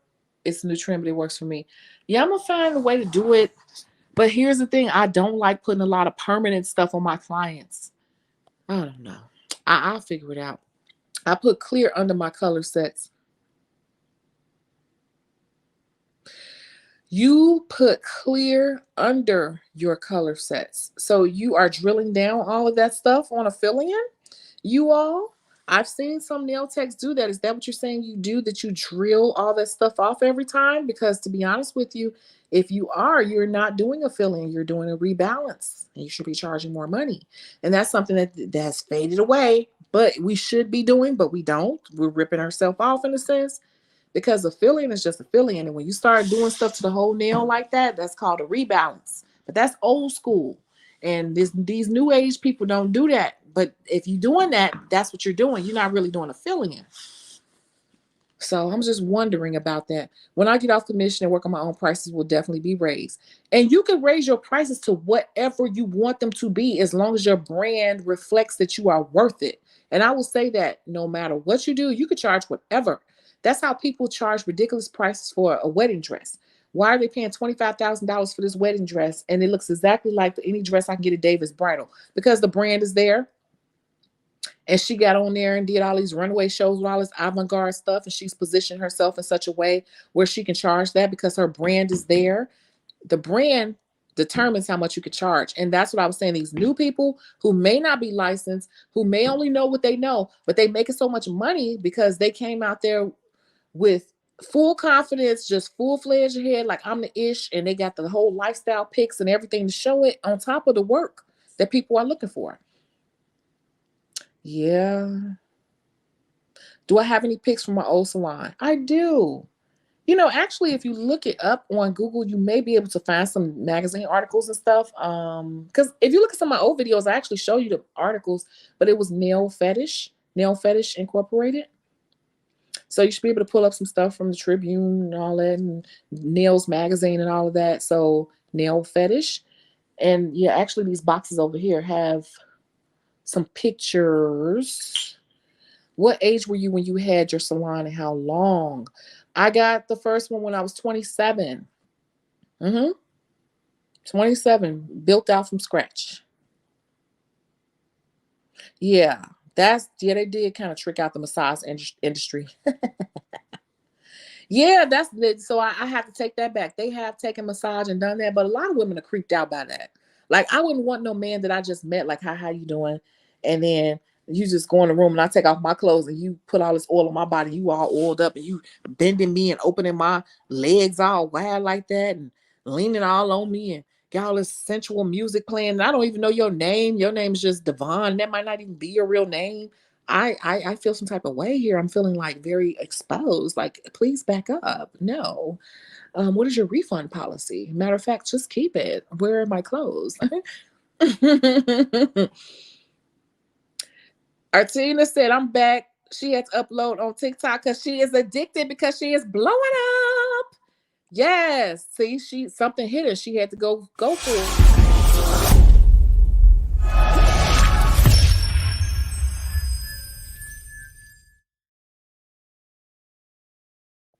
See?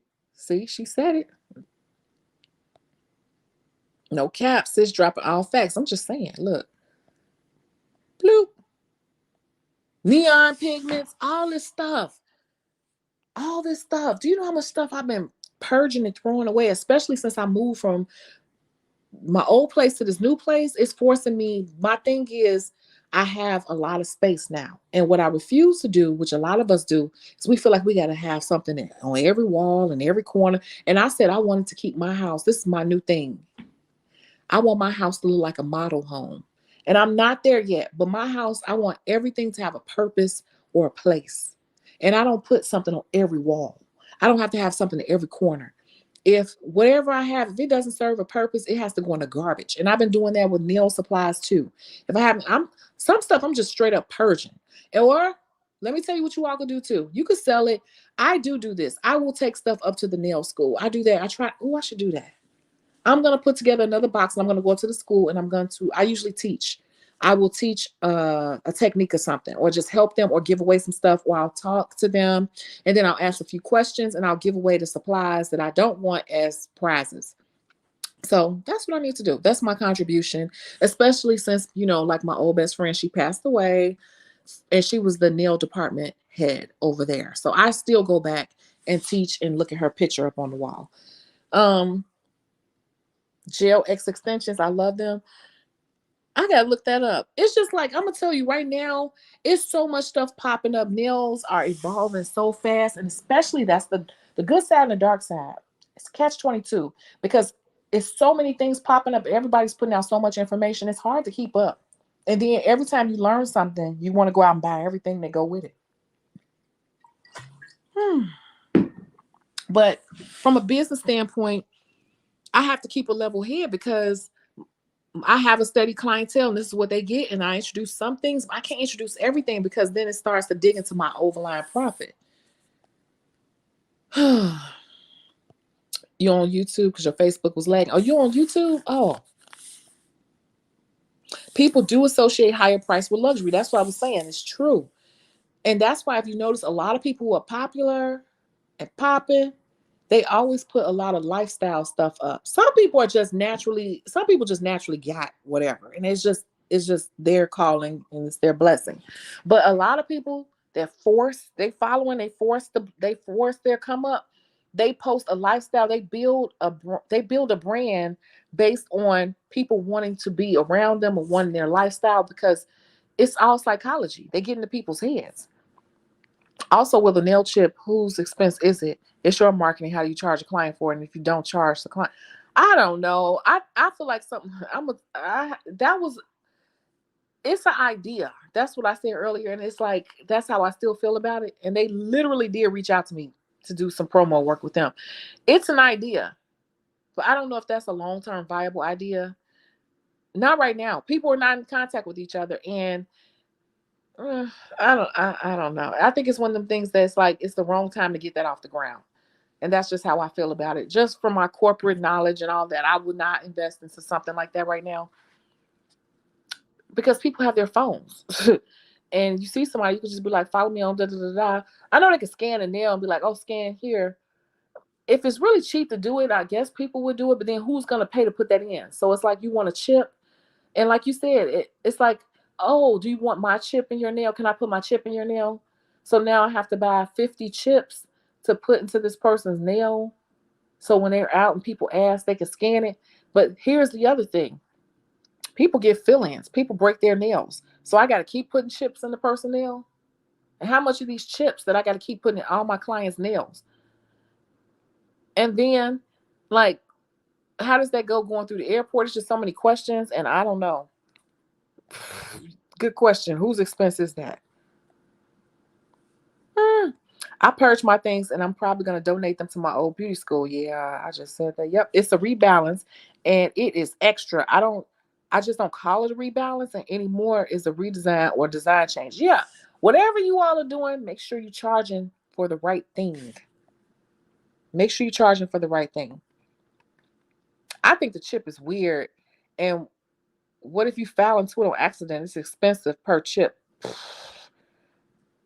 $60.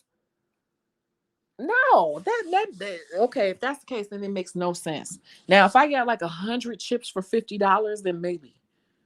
But 60 chips for $60 per chip. Why would I put a $60 chip in one person's nail? And then if they break the nail, they lost the chip. And then when they get a fill in, they want them cut down. What happens to the chip? Like if they want them cut down, a lot of my clients' nails grow so fast, they always want them cut down. So where's the chip? No, it's an idea. That's me being, you know, objective. It's an idea. That's the best I can say. Continue about the chip. If you don't charge the client and it doesn't produce, it's a huge loss. That's not going to be around because it doesn't really make. It's not really a viable solution. I get where they were trying to go, but that's just not going to work. And nail techs are not going to buy into that. Maybe if it was 100 chips for $60, people would buy it. But it's just so much they didn't think about that. And I wonder if they consulted with some real live nail techs to give them the pros and cons of that because I just thought of a whole bunch of cons. It doesn't make sense. I would never pay $60 for one chip. I would only pay $60 for 100 chips and check it out. And I would only put them on certain clients. And then also when you start putting stuff like that in people's nails, you don't know that puts a certain extra liability on you. It's just so many things with that. So I don't know. So oh my God, I've been on every time I come on here, I'm like, I don't even know what I'm gonna talk about. I don't know what I'm gonna talk about. I hope I have something to say. But I'm just talking about social media and how there are pros and cons. There's a dark side to it. The evolution of social media has hit us in so many ways that people are not thinking about. The pandemic toppled on top of that with all these people who are now all these newfound self bosses and everybody selling e-courses and everybody's just trying to find a quick buck doing something they think is fun. It's hurting a lot of us. And if we're not careful, it's going to be hard to make a buck. It's going to be hard to make a decent buck soon unless you are properly branding yourself. I can't stress it enough. Like it is. People are coming into this industry daily, so many different ways. And who cares about a nail license these days? Most don't. Most don't. They don't. What are we going to do? What are we going to do? Just think about that.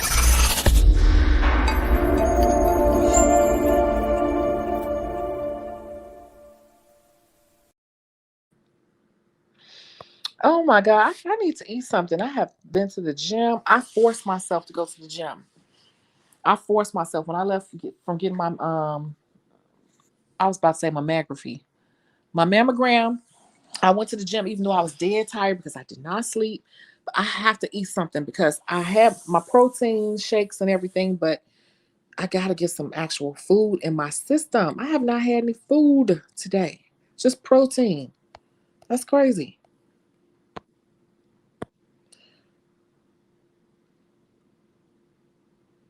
A good way to push them is to wear what you wear. Yeah, a lot of clients wear what you're wearing. Yeah, and raising your prices. Charge your worth, and we already know that. But and wear your nails. That's the thing. But the thing of it is, right now we're not outside. People are not outside like they were before. This is a whole new world we living in. So everybody is doing everything online. Everybody is trying to make their money online. People are jumping in the industry left and right, and people are making money off of pulling people in the industry. They don't care if they're successful long term.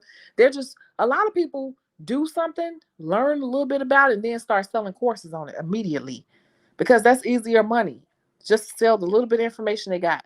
So what do we do? The people like us, they are saturating the market from so many different angles. The market is overly saturated from this angle, that angle, this angle, that angle. The market is overly saturated.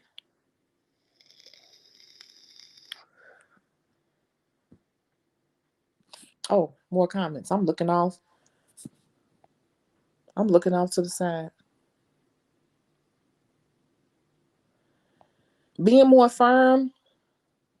Yeah, and then just make sure you posting a lot. Like you always got to keep a rotation. I say that with men and I say that with clients. Like always keep a roster or rotation going in case one act up. Because people act crazy. And that's the other part too. The more people that enter this market and the harder that they promote themselves because they so excited. You know, new people when they first enter into something, they was excited. They own it. They doing it 24 hours a day because they new and they excited. And they playing in glitter, right? So the trickle down effect of that is people realize that they have so many options. So many options. Back in the 90s, nail techs and hairstylists and barbers were celebrities. I kid you not.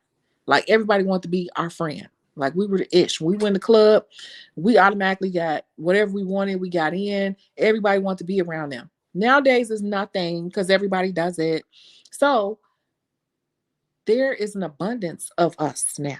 And people know that because people are promoting themselves left and right, left and right. So are you going to be more firm or more strategic?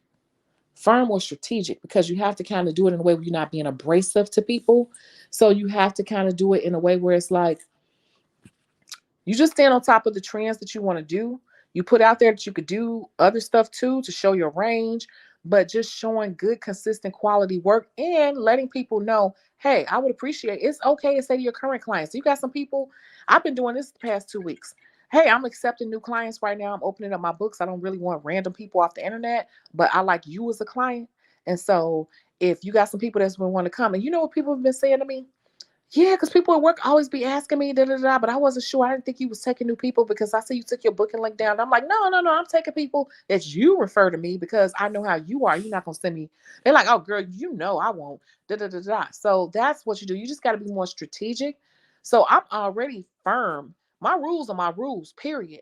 If you already have the people who are respecting your business and paying you and doing, just respecting what you do and being a good client, piggyback off those people because they will send you people.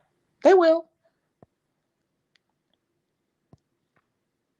I always stress the importance of the license in all nail groups. I want to be seen as a licensed professional, just like any other profession.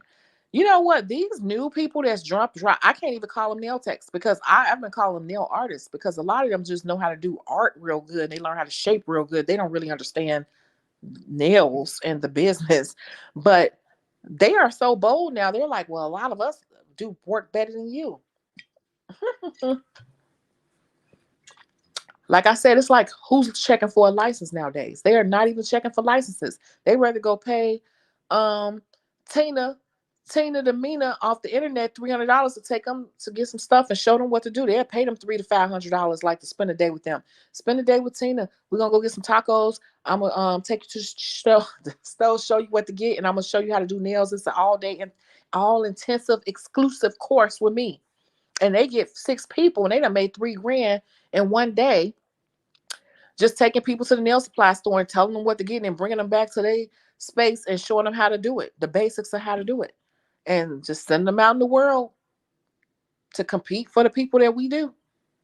That's what's happening. One apple does spoil the bunch.